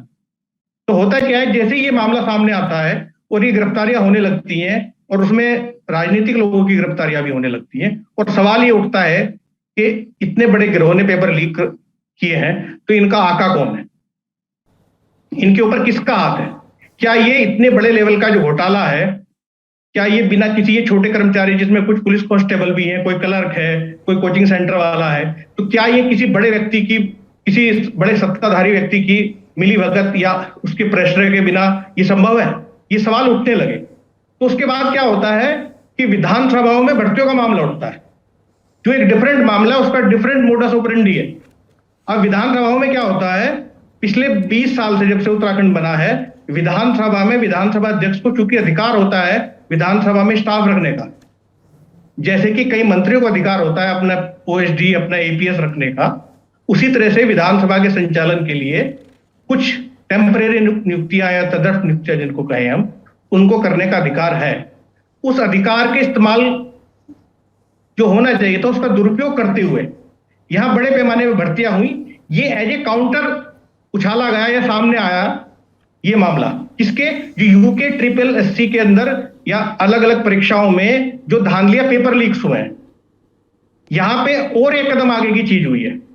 यहां कोई परीक्षा नहीं हुई, विधानसभा की बात कर रहा हूं मैं, विधानसभा में कोई परीक्षा नहीं हुई, कोई एंट्रेंस नहीं हुए, किसी ने अप्लाई नहीं किया, केवल सादे कागज पे एप्लीकेशन के द्वारा, उसमें कई आवेदन तो ऐसे हैं कि मैं बहुत गरीब व्यक्ति हूं, मुझे नौकरी की जरूरत है, मेरी हालत खराब है, कृपया मुझे नौकरी दे दीजिए।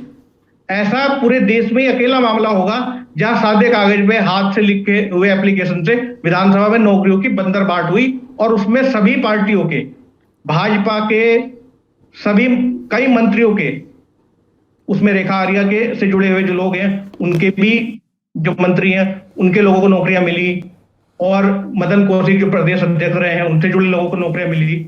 इवन जो मुख्यमंत्री है पुष्कर सिंह धामी, उनके जो ओएसडी रहे हैं उनके जुड़े हुए लोगों को नौकरियां मिली। तो सब पे आरोप लगे, सबकी लिस्ट धामी की बात कर रहे हैं आप? जी जी जी, ठीक है। तो विधानसभा वाले मामले में सब लोगों की लिस्ट है जिसमें एंट्रेंस भी नहीं हुआ। अच्छा। एक मामला है जहां पेपर लीक हुए हैं, एक मामला है जहां पेपर ही नहीं हुआ है, नौकरियां ही लीक हो गई है। ठीक है, दो तरह के मामले हैं। अब मैं त्रिलोचन भट्ट जी के पास चलूंगा, पर उससे पहले मैं दर्शकों को बता दूं क्यों ये मामला महत्वपूर्ण है। हमारे देश के प्रधानमंत्री नरेंद्र मोदी करप्शन पर जीरो टॉलरेंस की बात करते हैं। हाल में उत्तराखंड में विधानसभा चुनाव हुए, इतिहास रचते हुए भारतीय जनता पार्टी दोबारा सत्ता में लौटी। मुख्यमंत्री पुष्कर सिंह धामी अपनी विधानसभा से चुनाव हार गए, लेकिन फिर उपचुनाव में जीत गए और बीजेपी ने उनको कंटिन्यू किया। अब देखिए, ये जो पर्चा लीक का मामला है, जैसा हमारे साथी ने बताया कि एक में तो जिसकी जिम्मेदारी थी पर्चे की हिफाजत की, उसने पर्चा लीक किया, धन धान इकट्ठा कर लिया। जिस प्रिंटिंग प्रेस पर पिछले 7 साल से संदेह था वहीं पर्चा छपा, टेलीग्राम ऐप पे पर्चा। अब आपको लगेगा पर्चा लीक हो गया, अगर आप सीधे नहीं जुड़े हैं तो मैं आपको बताता हूं ये कितना महत्वपूर्ण है। सिर्फ एक यूके एसएससी पेपर लीक प्रकरण में 13 अलग अलग विभागों की भर्तियां थी। 2,50,000 कैंडिडेट्स ने, 2.5 लाख कैंडिडेट्स मतलब 2.5 लाख घर सीधे जुड़े हैं। उत्तराखंड में जनसंख्या का घनत्व तो सबको पता है। 1,60,000 कैंडिडेट एग्जाम देने आए। मजाक कर रहे हैं आप उन 1,60,000 कैंडिडेट्स के साथ? आप लोग मंच पर खड़े होते हैं, रैलियों में खड़े होते हैं, बड़ी बड़ी बातें करते हैं युवाओं के नाम पर, और आपने उनके करियर और उनकी ज़िंदगी को एक तमाशे में तब्दील कर दिया है। और फिर जब आप सत्यनिष्ठा की, कर्तव्य निष्ठा की और निष्पक्षता की शपथ उठाते हैं, उसके बाद देखिए क्या भाजपा क्या कांग्रेस कैसे बेशर्म बयान है।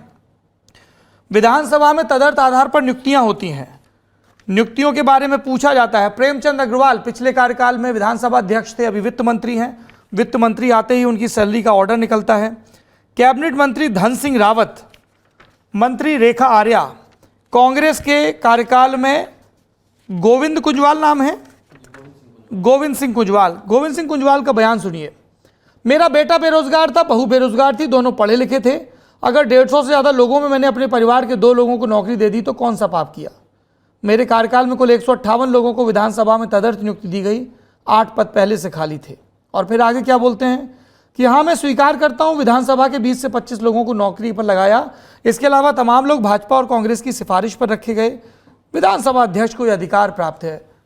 विधानसभा अध्यक्ष को तदर्थ आधार पर नियुक्तियों का अधिकार है, पर उन नियुक्तियों का क्राइटेरिया क्या हो, पैरामीटर क्या हो।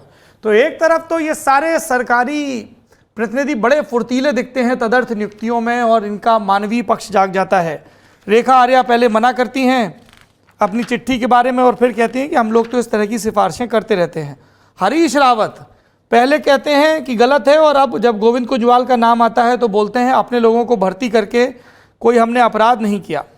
पुष्कर सिंह धामी कहते हैं हमने एक्शन लिया है। रितु खंडूरी को चिट्ठी लिखकर उच्च स्तरीय जांच के आदेश दिए हैं, पर खुद उनके स्टाफ के विनोद धामी पर आरोप लगता है। ओएसडी सत्यपाल रावत, पीआरओ नंदन बिष्ट, इनके रिश्तेदारों की भी नौकरी लगी।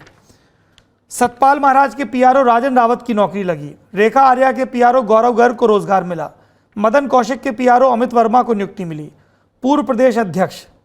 इसके अलावा उत्तराखंड की सिविल सर्विसेज के और उत्तराखंड की आरएसएस के कई नेताओं के सगे संबंधियों को भी नियुक्ति मिली। पूरे राज्य में ये वायरल हैं। सुविधा शुल्क पर तो हम अलग से बात करेंगे। अभ्यर्थियों ने परीक्षा शुल्क दिया, परीक्षाएं ठीक से नहीं हुई, तो दोनों तरफ से लोग जुड़े हुए हैं।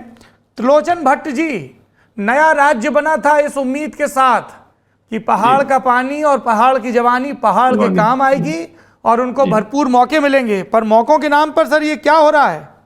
मौकों के नाम पर सर बंदर बांट हो रही है दरअसल इस राज्य में जी। कल जब मैं ये बेरोजगार संघ का आंदोलन था, कल मैं भी वहां पे था, तो तमाम बच्चों से मैंने बात की, तो वो कहते हैं यार तो हम तो पढ़ते हैं, लगातार मेहनत करते हैं, लेकिन मार्क्स आते हैं बिल्कुल सामान्य से, और बाकी कुछ लोगों के इतने हाई फाई मार्क्स आते हैं, हम सोचते थे ये खाते क्या हैं, लेकिन अब पता चला ये खाते नहीं, ये खरीदते हैं पेपर को, खिलाते तो ये हैं। स्थितियां जी, ये खाते कुछ नहीं है, खाते वही है जो हम खाते हैं, लेकिन ये जो है पेपर खरीद के फिर पेपर देते हैं, बड़े हाई फाई नंबर इनके आ जाते हैं। अब इनके एक 2016 से यूके SSSC के जो चेयरमैन थे एस राजू जी, अभी पूर्व मुख्यमंत्री हरीश रावत जी का एक बयान में देख रहा था कि हम एक ईमानदार अधिकारी को नहीं बचा पाए। वो कितने ईमानदार हैं ये सुप्रीम कोर्ट ने 2013 में एक टिप्पणी की थी। इनकी विश्वसनीयता को ही सुप्रीम कोर्ट ने संदिग्ध बताया था। दरअसल मामला उत्तराखंड पेयजल निगम में मैनेजिंग डायरेक्टर की भर्ती का था। तो उस भर्ती में इन्होंने एक ऐसे कैंडिडेट को खड़ा किया जिनके खिलाफ चार्जशीट थी, लेकिन वो चार्जशीट सिलेक्शन कमेटी के सामने नहीं रखी गई, नियमानुसार ये रखी जानी चाहिए थी।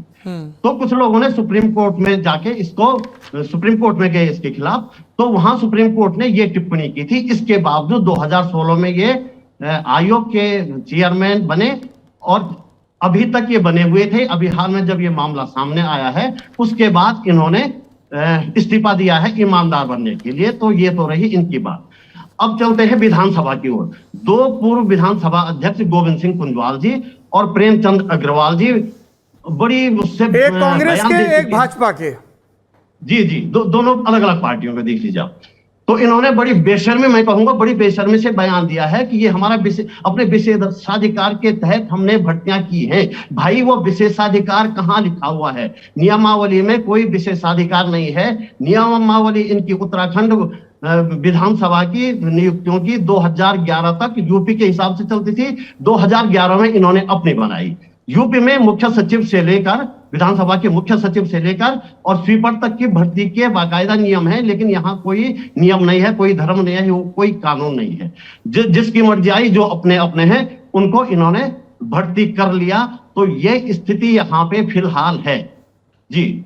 और हाँ, एक जो है जो पेपर लीक मामले में एक सबसे बड़ा, ये जैसे भाई साहब ने कहा था, अजीत जी ने हाकम सिंह को पकड़ा है। ये हाकम सिंह जो है जिला पंचायत सदस्य है। लेकिन हमें लगता है आज भी हम कहते हैं ये एक छोटा सा शतरंज का मोहरा है, ये बड़े बड़े खिलाड़ी कहाँ हैं उनके पकड़िए। और एक और इसमें चीज नहीं आई है कि इन्होंने अंत में कह दिया कि इसका मास्टरमाइंड कोई सादिक मूसा है।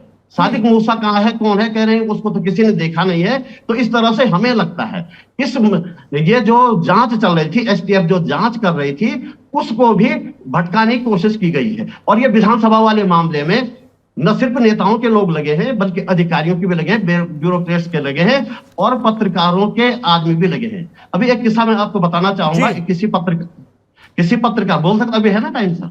जी जी, अरे बताइए, खुल के बताइए। अभी एक पत्रकार साथी ने, जब इन पत्रकारों के नाम सोशल मीडिया पे आए, 5-6-7 पत्रकारों के नाम, किसी ने अपने भाई को लगाया, किसी ने अपनी पत्नी को लगाया, तो एक पत्रकार साथी ने फेसबुक पोस्ट लिखी, इन लोगों के नाम लिखे, और इन्होंने ये लिखा था कि भाई ऐसे में जो है जब ये नाम आ रहे हैं तो हम जैसे पत्रकारों को भी लोग शक की नजर से देखते हैं, और मुझे उम्मीद है कि ये पत्रकार साथी स्पष्टीकरण देंगे। उम्मीद है इन्होंने ऐसा नहीं किया होगा। लेकिन उन पत्रकार महोदय ने जिन्होंने ये पोस्ट लिखी थी, 2 गलतियां हुई हल्की सी। एक पत्रकार ने उन्होंने लिखा इन्होंने अपनी पत्नी को लगाया, तो वो पत्रकार इन पे भड़क गई, मेरी पत्नी तो घर में काम करती है, ये है सो है। पता किया तो इन्होंने पत्नी को नहीं, भाई को लगाया था। इतना अंतर था। इसी अंतर पे वो ईमानदार बनने लगे। एक और पत्रकार का नाम गलती से आ गया था, वो था नहीं, नाम का भ्रम हो गया था, वो कोई और नाम था, वो गैर पत्रकार था, लेकिन इन्होंने सोचा वो पत्रकार है तो उसका नाम लिखा गलती से, तो उन्होंने बाकायदा फिर से पोस्ट लिखे, उनका नाम हटा के माफी भी मांगी। लेकिन ये जो जिन्होंने लोग लगाए थे अपने, उन्होंने वो जो नहीं था उसके कंधे पे बंदूक रख के एफआईआर दर्ज करवाई फेसबुक पोस्ट लिखने वाले पत्रकार के खिलाफ। और बाकायदा, अब उसमें कोई मेरे समझ से ऐसी कोई बात तो बनती नहीं थी एफआईआर वाली जैसी, तो थाने में दबाव डला के उन पत्रकार साथी से वो पोस्ट डिलीट करवाई, थाने में बुला के। तो ये स्थितियां, ये ईमानदारी है यहाँ पे पत्रकारों की भी। जी थैंक यू इसको पॉइंट आउट करने के लिए, क्योंकि कुछ पत्रकारों की वजह से पूरी पत्रकार बिरादरी का नाम खराब हो, ये भी ठीक नहीं है। अब मैं चलता हूँ अपने पत्रकार मित्र हिमांशु के पास, जिन्होंने देहरादून जाकर इंडिया टुडे मैगजीन के मौजूदा अंक के लिए विस्तार से इस मामले पर रिपोर्ट की। हिमांशु, सबसे पहले तो ये बताइए कि विधानसभा अध्यक्ष रितु खंडूरी, जिन्हें ये जाँच सौंपी गई है, व्यक्तिगत रूप से वो बहुत ईमानदार नेता मानी जाती है। उनके पिता जनरल बीसी खंडूरी भी बहुत ईमानदार नेता माने जाते हैं। तो कई लोग कहते हैं ईमानदार और सख्त थे, इसीलिए सफल नहीं हो पाए बहुत उत्तराखंड की राजनीति में। रितु खंडूरी ने और आपकी प्रदेश के डीजीपी से भी बात हुई है, प्रदेश के मुख्यमंत्री से भी बात हुई, इन सब ने क्या आश्वासन दिया है और आपको अपनी जांच में क्या पता चला?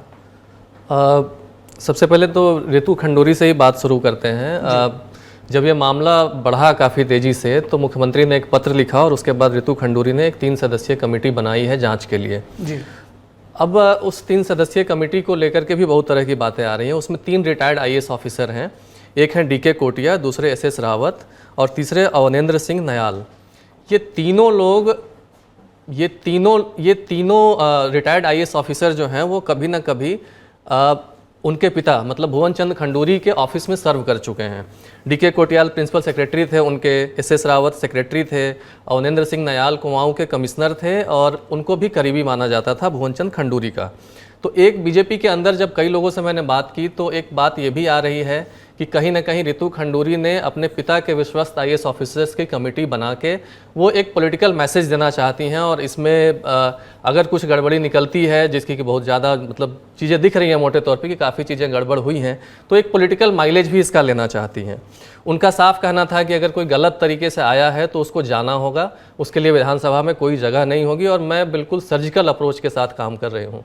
मैंने उनसे मोरालिटी का सवाल पूछा तो उस पर जवाब देने से बच गए कि मेरे लिए मोरालिटी का इशू नहीं है, ये इशू ये है कि अगर गलत हुआ है तो उसको सर्जिकल तरीके से हमको निपटना है उससे।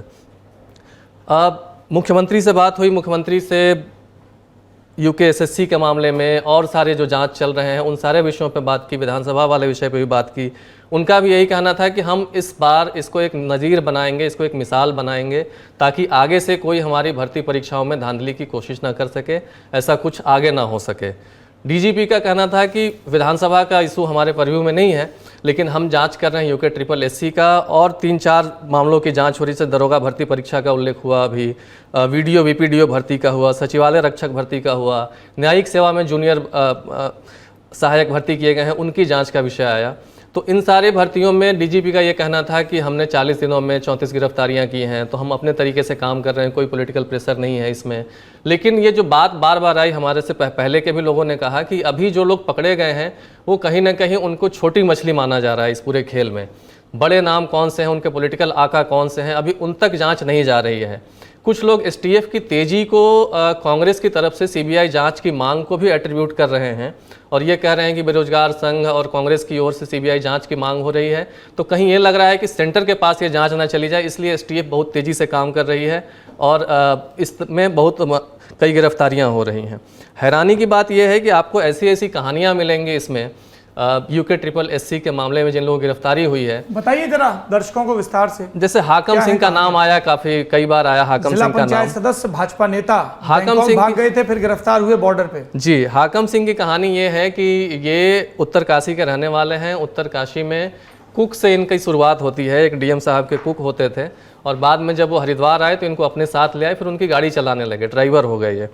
और हरिद्वार में आके ही ऐसा कहा जाता है कि इनका जो यूपी में जो नकल का गैंग था उनसे परिचय हुआ और उसके थ्रू उत्तराखंड में भी नकल का एक सिस्टम बने, उसमें ये शामिल हो गए और आज इनके पास एक लग्जरी रिसॉर्ट है उत्तरकाशी में, काफ़ी बेतहासा संपत्ति है इनके पास।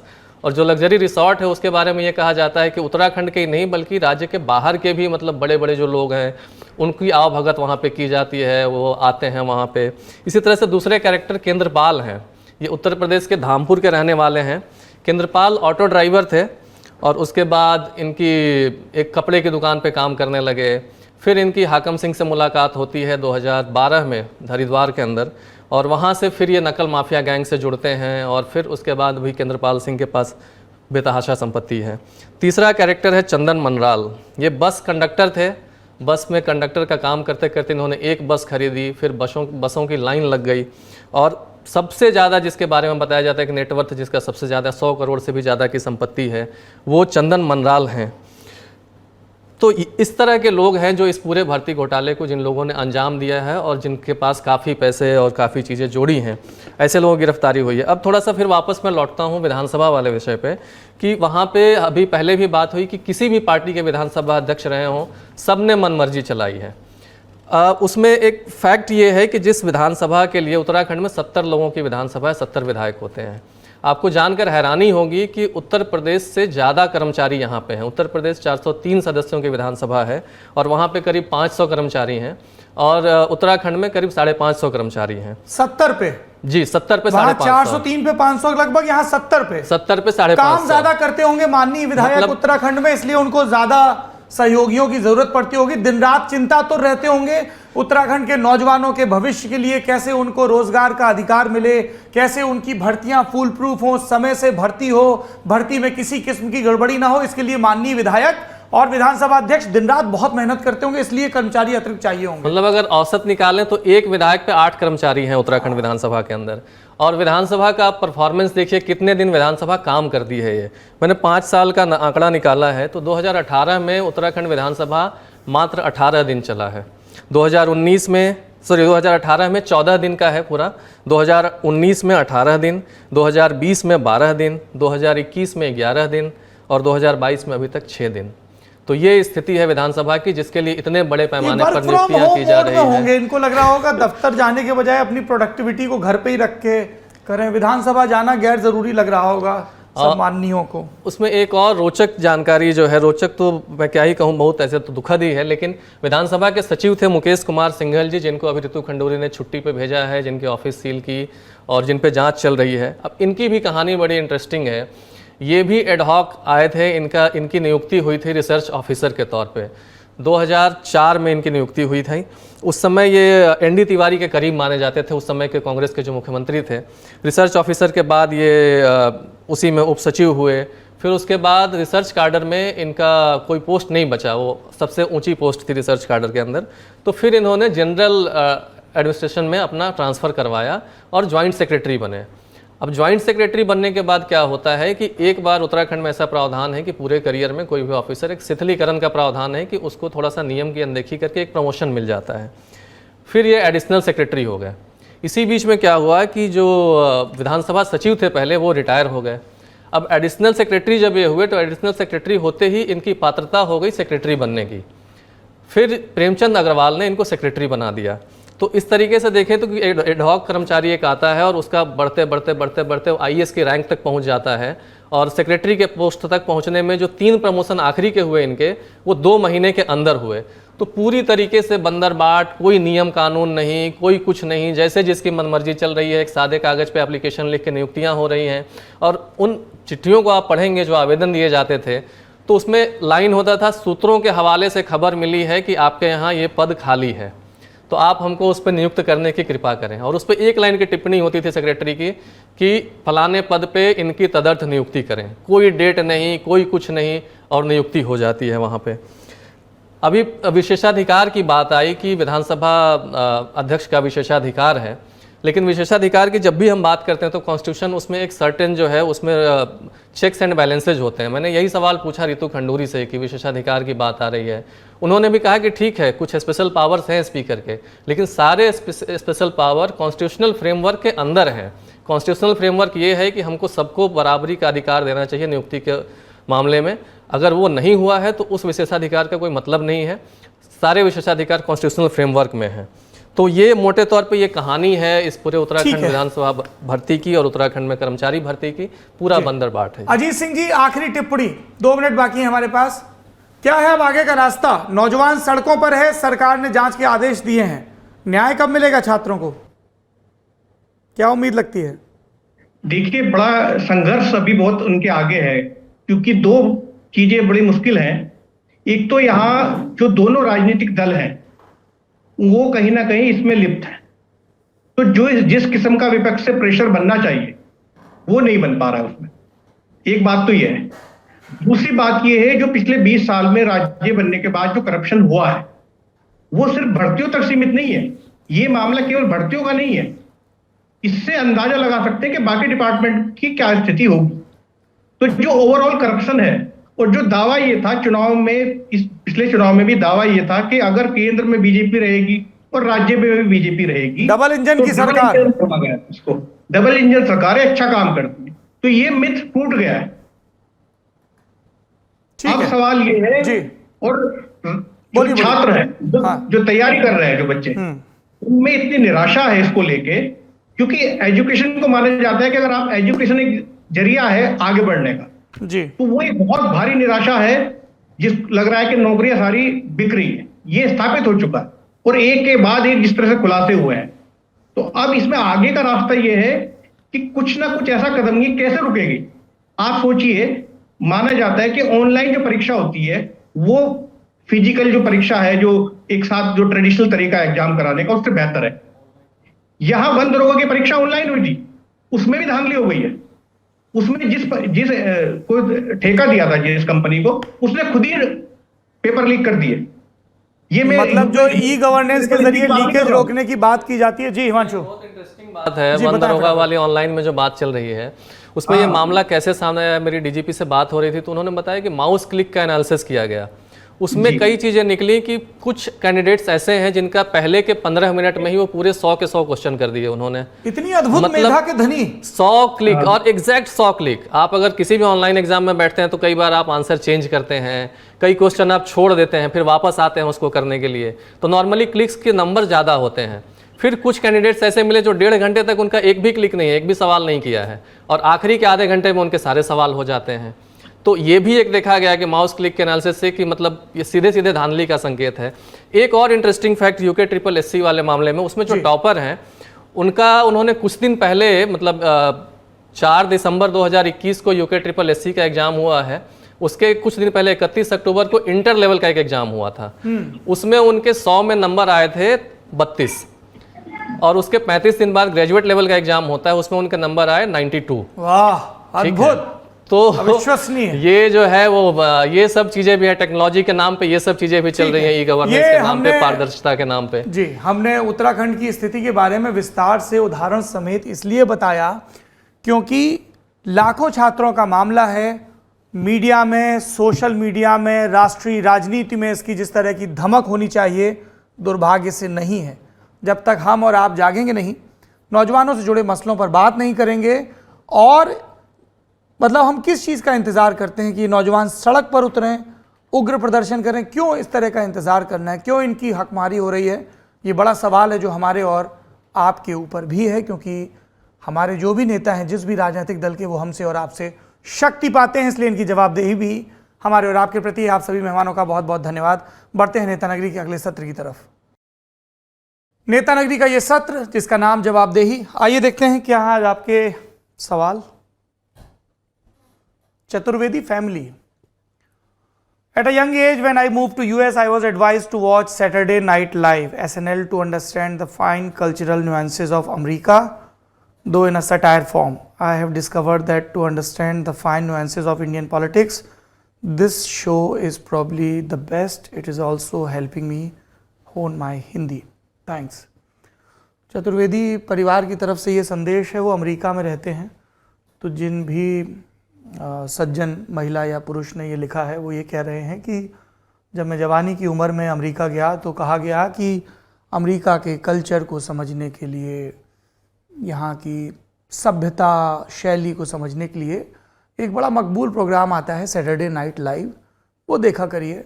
और ये हमारे दर्शक कह रहे हैं कि अब हम नेता नगरी देखते हैं भारतीय राजनीति की बारीकियों को समझने के लिए। बहुत बड़ी तुलना कर दी है आपने, मैं अभिभूत हूँ और हम कोशिश करेंगे कि नेता नगरी का स्तर न सिर्फ बरकरार रखें बल्कि और बेहतर करें। अतुल शर्मा, नी हाओ फ्रॉम सिंगापुर। आज बड़ा इंटरनेशनल मामला हो रखा है, अमेरिका से सिंगापुर। नी हाओ मेरे ख्याल से ये अभिवादन होता है। हाँ, Ni hao from Singapore to entire London Top team. Thanks for bringing me back to watching news. Stopped it around 2010 and was mostly consuming via print. Delhi Crime Season 2 introduced subject of notified tribe. Never heard of them before. Requesting you to bring it to bigger discussion either via Tariq or any other special. Thanks and lots of love.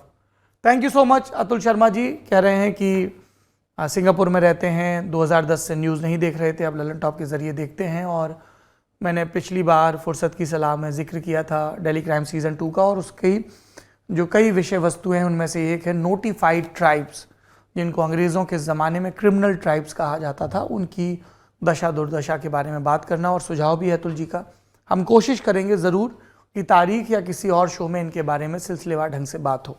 बहुत अच्छा सुझाव है। Saurabh BHUS, Saurabh sir, Neta Nagri is love, guest in the news room is to love. यहाँ तो मुश्किल से Lallantop का total show देख पा रहा हूँ, और आप इतने बिजी होने के बाद भी वेब सीरीज देख लेते हो, बुक्स भी पढ़ लेते हो, कैसे? बोले तो असंभव नहीं सौरभ, असंभव नहीं है। समय का प्रबंधन दुरुस्त करना होगा, और सुबह सोकर उठने और गमे रोजगार या दुनिया में दाखिल होने से पहले आपको 1-2 घंटे का वक्त निकालना होगा, या सोने के पहले, मतलब या तो सुबह 1-2 घंटा या शाम को सोने से पहले 1 घंटा। आप अगर 1 घंटा भी नियमित पढ़ते हो तो आप आराम से 1 सप्ताह में 1 किताब पढ़ सकते हो, आपकी स्पीड भी बिल्ड हो जाएगी। और यात्रा के समय में अगर आप डॉक्यूमेंट्री या सीरीज देखते हो तो आपका वो टाइम भी यूटिलाइज हो जाएगा। और मैं भी जितना देखने या पढ़ने की ख्वाहिश रखता हूँ उसका 1% ही कर पाता हूँ, तो सबके अपने हिस्से के अफसोस होते हैं। पर महान दार्शनिक दीपिका कह गई है ना, कितना भी कोशिश कर लो बनी कुछ ना कुछ तो छूट ही जाता है। अभिषेक यादव, राहुल जी आप खड़े हैं, आप थे नहीं तो मैं बैठ गया था, गजब जलवा है राहुल जी का, एकदम टॉप गन मैवरिक वाला। यस अभिषेक, आपके न्यूज़ रूम में अगर कोई सीजन जर्नलिस्ट हो जिसका फर्स्ट हैंड एक्सपीरियंस हो फील्ड का, मतलब रिपोर्टर हो, और जिसने हिंदुस्तान की पॉलिटिक्स की बहुत सारी इवेंट्स को फर्स्ट हैंड देखा हो, तो बहुत कुछ सीखने को आपको मिल सकता है। राहुल श्रीवास्तव जब आते हैं, मतलब हम ऑफ कैमरा भी जब उनसे बात करते हैं तो बहुत किस्से सुनाते हैं, और आप देखिएगा बहुत तैयारी के साथ आते हैं, कागज़ कलम लेकर आते हैं। It's a great learning for all of अस, तो जलवा तो है उनका। अक्षय, मनुवादी चैनल हो गया है या था पता नहीं मुझे, पर यह बात सच है, इस बात का मुझे दुख है। कई दर्शकों को शायद उत्सुकता हो कि ये मनुवादी क्या होता है।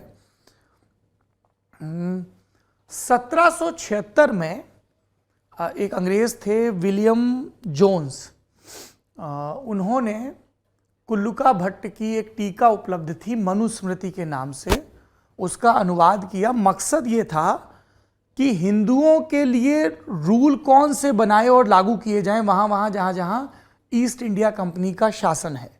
तो ये कहा गया लोगों ने कि साहब ये एक टीका है, इसके हिसाब से पहले चलता था, तो उन्होंने अनुवाद कर दिया।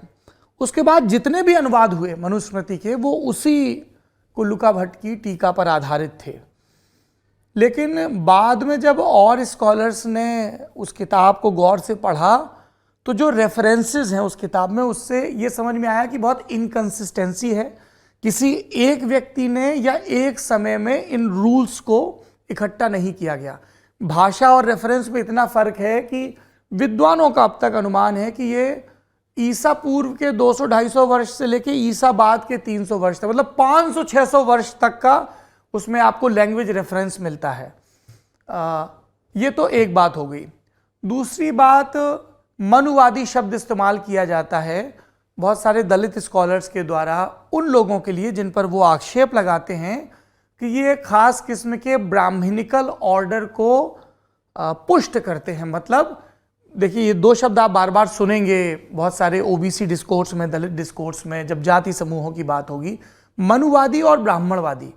इसका तात्पर्य उनका ये होता है, जब वो ब्राह्मणवादी कहते हैं कि कोई अपनी सिर्फ जाति की वजह से श्रेष्ठ मान लिया जाए। तो जाति के पिरामिड में जो पुराना तौर तरीका था वर्ण व्यवस्था का, उसमें सबसे श्रेष्ठ मान लिया गया ब्राह्मण को। तो उस जातिगत श्रेष्ठता को नोटिफाई करने के लिए कि आपका टैलेंट या आपको समान अवसर नहीं मिल रहे हैं, तो ब्राह्मणवाद शब्द इस्तेमाल किया गया। कई ब्राह्मणों को जो जन्म से ब्राह्मण परिवार में पैदा हुए, आप में से कोई अपनी जाति तो चुनता नहीं, वो इसको बहुत व्यक्तिगत लेते हैं। मुझे लगता है कि इस आलोचना को बहुत सकारात्मक ढंग से लेना चाहिए और ये सोचना चाहिए कि कहीं जिस जाति में या धर्म में मैं पैदा हुआ उसकी वजह से मेरे अंदर अहंकार तो नहीं आ गया, मैं लोगों के प्रति या अपनी समझ में जो भेद आ जाते हैं सराउंडिंग की वजह से उनसे ग्रसित तो नहीं हूँ। ये तो समझ की बात हो गई। अब अक्षय ने हमें मनुवादी चैनल कहा है, क्यों कहा है इन्होंने स्पष्ट नहीं किया। मैं इनकी आलोचना से इत्तेफाक नहीं रखता हूँ दो वजहों से। पहली बात, मुझे मनुवाद का पूरा कंसेप्ट ही फ्लॉड लगता है, इसलिए जो मैंने आपको बताया कि स्कॉलर्स एक मत नहीं है कि ये किताब असल में किस स्वरूप में थी और बाद में किस स्वरूप में आ गई। पॉइंट 1। पॉइंट 2 कि आज से 2-3 हजार वर्ष पूर्व किसी किताब में क्या लिखा गया, क्या वो इकलौती किताब है? उस समय के बहुत सारे धर्मशास्त्र उपलब्ध हैं जो अलग अलग ढंग से व्याख्या करते हैं। खुद मनुस्मृति में, मुझे नहीं पता अभय ने पढ़ी है कि नहीं, मैंने पढ़ी है उसकी एक टीका, बहुत विरोधाभासी बातें हैं। आप समझिए कि मैं अपने न्यूज़ रूम में एक नियम बनाऊं जिसमें पहला नियम हो कि न्यूज़ रूम में सभी वीडियो एडिटर सुबह 10 बजे आ जाएंगे, और 7वां नियम है कि न्यूज़ रूम में वीडियो एडिटर अगर उनकी इवनिंग शिफ्ट है तो 3 बजे आ सकते हैं। अब ये विरोधाभासी, एक तरफ मैं कह रहा हूं कि सबको 10 बजे आना है और दूसरी तरफ कह रहा हूं कि शिफ्ट है तो 3 बजे आना है। ये मैं आपको एक उदाहरण दे रहा हूं, मनुस्मृति में ऐसा है। दूसरी चीज़, मैं मनुस्मृति पर मैंने बहुत स्कॉलरली वर्क नहीं किया है, so I am not here to defend it. दूसरा, कई लोग हमारे ऊपर आरोप लगा देते हैं क्योंकि हमारे नाम में सौरभ के आगे द्विवेदी लिखा हुआ है। देखिए, ना तो मुझे द्विवेदी होने की शर्म है और ना कोई गर्व है, ठीक है। मैं जिस परिवार में पैदा हुआ उस परिवार ने मुझे प्रश्नाकुलता का संस्कार दिया, अच्छे विद्यालयों में पढ़ाया। दीनदयाल विद्यालय में पढ़ा, वहाँ पर जाति पर गर्व करना नहीं सिखाया गया। जवाहरलाल नेहरू विश्वविद्यालय में पढ़ा और वहाँ पर भी नहीं सिखाया गया। पर किसी के लिए बहुत आसान है उठा के डीला फेंक देना क्योंकि सौरभ के आगे द्विवेदी लिखा है। तो मैं आपकी इस व्यक्तिगत राय से असहमत हूँ, लेकिन दर्शकों को पता चले कि मनुवादी शब्द किस संदर्भ में इस्तेमाल होता है, इसलिए मैंने इतना लंबा जवाब दिया। गांधी जी से भी ये सवाल पूछा जाता था क्योंकि वो भारतीय शास्त्रों का बहुत जिक्र करते थे और उन्होंने भी ये कहा था कि मैंने मनुस्मृति से जो अच्छी चीज़ें हैं, है ना, जहाँ पे नीति की बात हो रही है, सदाचार की, वो उठा ली। मैं उस किताब की हर बात से इत्तेफाक रखूं ये ज़रूरी नहीं, और मेरा भी यही कहना है कि पुरखों की लिखी आप हर बात से सहमत हों असहमत हों, ये आपके ऊपर है, पर उनसे इंगेज करें, संवाद करें। और जहाँ तक ललन टॉप की बात है, ललन टॉप हमेशा अपनी न्यूज़ कवरेज में इस बात का ख्याल रखता है कि सभी समूहों की बात सर्वांगीण ढंग से सामने आए। तो पता नहीं आपको ऐसा क्यों लगा। और भी कई लोग आके लिख देते हैं तो इस तरीके के तो लांछन खूब लगते रहे हैं कि कम्युनिस्ट है, वामपंथी है, संघी है, आपिया है, कांग्रेसी है, ये 4 सबसे ज़्यादा लगते हैं। ट्रैवल अलोन, पहले मुझे लगता था कि आप गाली नहीं देते होंगे, इतने गंभीर पर्सनैलिटी लेके जो रहते हैं रिपोर्टिंग करते टाइम। वैसे कमाल आपकी एडिटिंग टीम का है, मैंने कब गाली दी वीडियो पे। फिर हमने ललन टॉप का ब्लूपर देख लिया 4 साल पुराना, आपकी रिपोर्टिंग से ज़्यादा वही अच्छा लगा। बाय द वे गाली मत दिया कीजिए, वैसे भी छन्नी सूप को क्या ही ज्ञान दे सकते हैं। वैसे एक रिक्वेस्ट है कि ब्लूपर्स डालना फिर से स्टार्ट करिए। लव यू सौरभ भैया। देखिए हमारे जो प्रोडक्शन हेड हैं रजत और डिप्टी हेड हैं अमितेश, इनसे ना मैं 3 वर्ष से गुहार कर रहा हूँ, अब आप लोगों के सामने भी गुहार कर रहा हूँ। माननीय रजत सेन जी, माननीय अमितेश कुमार जी, ब्लूपर्स फिर से शुरू करिए, दर्शकों की और दर्शकों के इस प्रतिनिधि की मांग पर विचार करिए, मैं बहुत कृतज्ञ रहूँगा। और ब्लूपर्स में जो बीप किया जाता है वो हमेशा गाली नहीं होती है, कुछ और भी ऐसी बातें होती हैं जो हमें लगता है कि न्यूज़ रूम तक ही ठीक है, पर मैं ये नहीं कहूँगा कि मैं गाली नहीं देता हूँ। भाषा की सहजता का अलग अलग स्तर होता है। जब मैं अपने छुटपन के दोस्तों के साथ होता हूँ तब मेरी जो भाषा होती है वो कैमरे के सामने नहीं हो सकती। न्यूज़ रूम में जो मेरे पुराने संगी साथी हैं उनके साथ मेरी जो भाषा होती है वो किसी मंच पर नहीं हो सकती। तो आपका कलेवर और तेवर बदलता रहता है, पर किसी कमज़ोर को, किसी असहाय को, किसी दीनहीन को तो गाली नहीं देनी चाहिए, उतना मैं ख्याल रखता हूँ। सौरभ विश्वकर्मा, सौरभ भैया राम राम, हमारा नाम सौरभ विश्वकर्मा है, हम झांसी के हैं। भैया हमें जो पूछने तो कि भारत के क्रिकेट टीम में जितने गेंदबाज अब तक खेल चुके या खेल रहे उन्हें तो महत्व तो काय नहीं दो जात, जितने बल्लेबाजन के दो जात, जितने बल्लेबाज हैं उन्हें कौनू न कौनू कंपनी को प्रचार मिल जात, उन्हें एम्बेसडर बना दो जात, लेकिन गेंदबाज के कछु नहीं मिलत, ना टीवी पर प्रचार ना एम्बेसडर बनात को कंपनी, जैसे गेंदबाज के लोग भूल जाएं। आशा है कि आप जयसू पर चर्चा कर हैं, भरपूर चर्चा। पहली बात तो आपकी बात फैक्चुअली थोड़ी सी इनकरेक्ट है। ये सही बात है कि लोग, देखो एक 20 ओवर के या 50 ओवर के मैच में बहुत सारे चौके छक्के मार जा सकते हैं, विकेट कितने लिए जा सकते हैं? 10।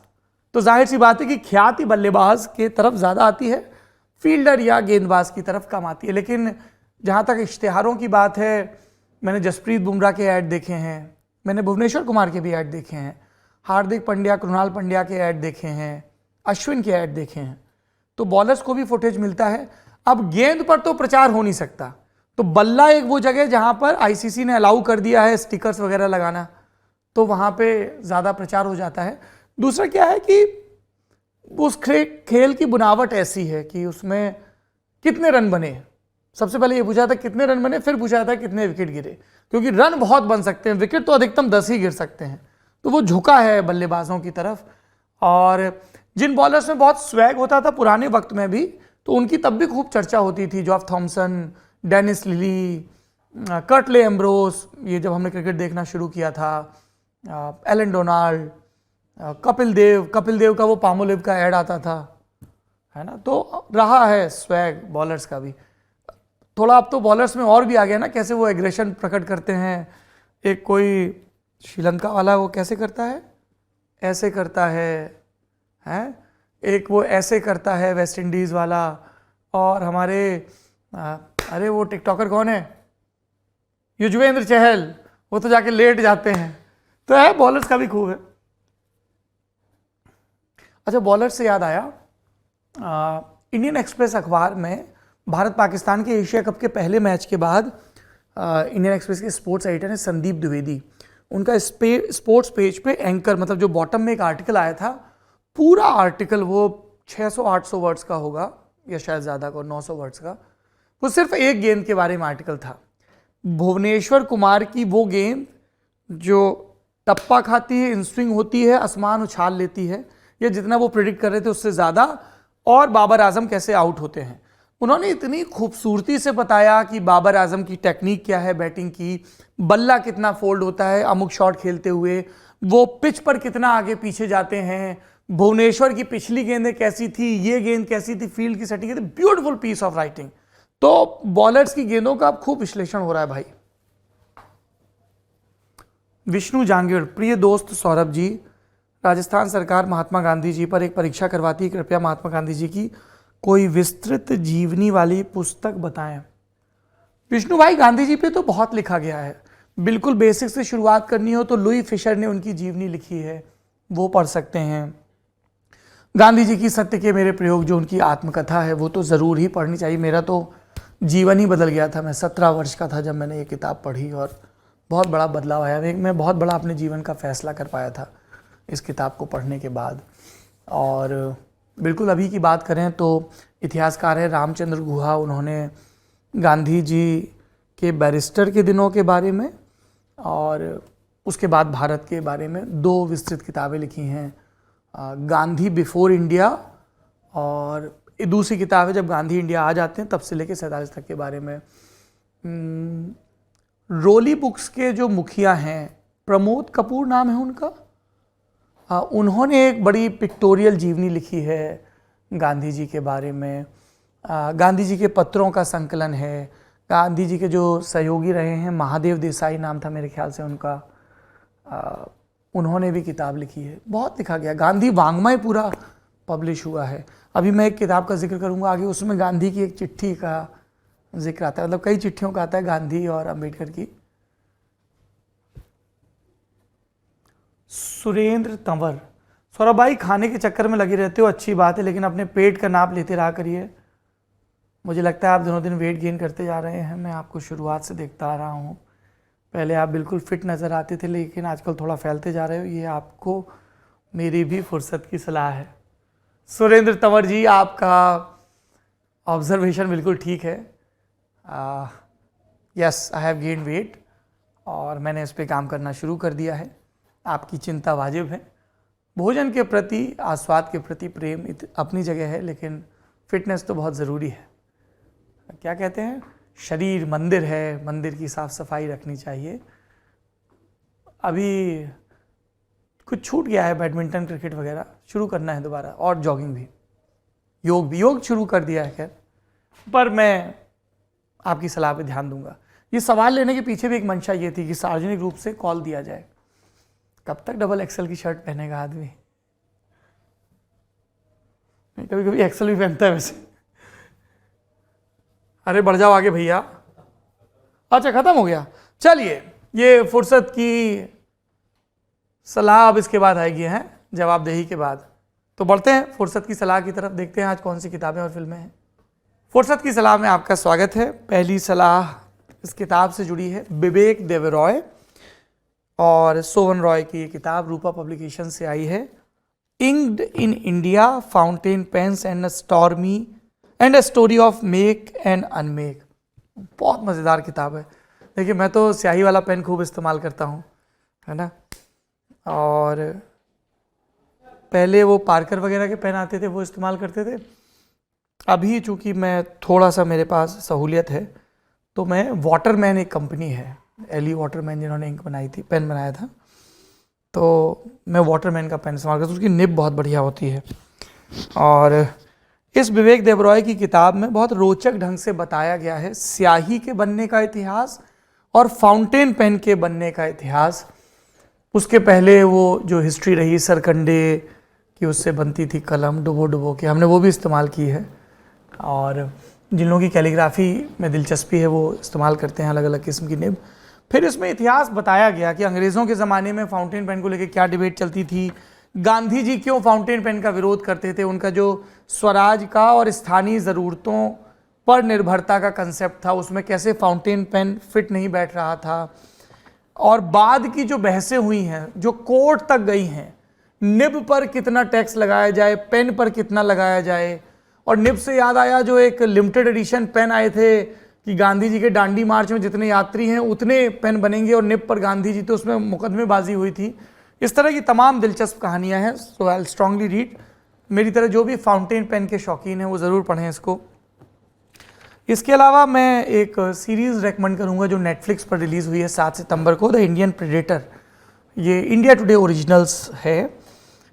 एक अपराधी की कहानी, उसके कुकृत्यों की कहानी, और कई कहानियाँ ऐसी हैं जो शुरुआती इन्वेस्टिगेशन में सामने नहीं आई थी, डॉक्यूमेंट्री बनते समय सामने आई। तो आप ज़रूर देखें Indian predator. Guest in the news room इस बार का बहुत ज़रूरी है, मैं रेकमेंड करूँगा आपको देखना। प्रोफेसर अमित गुप्ता हैं, वो एम्स में ट्रॉमा सर्जन हैं, उसके प्रोफेसर हैं। अब पिछले दिनों हमने देखा साइरस मिस्त्री की मौत हुई, तब ट्रॉमा सर्जरी पे बात हुई थी।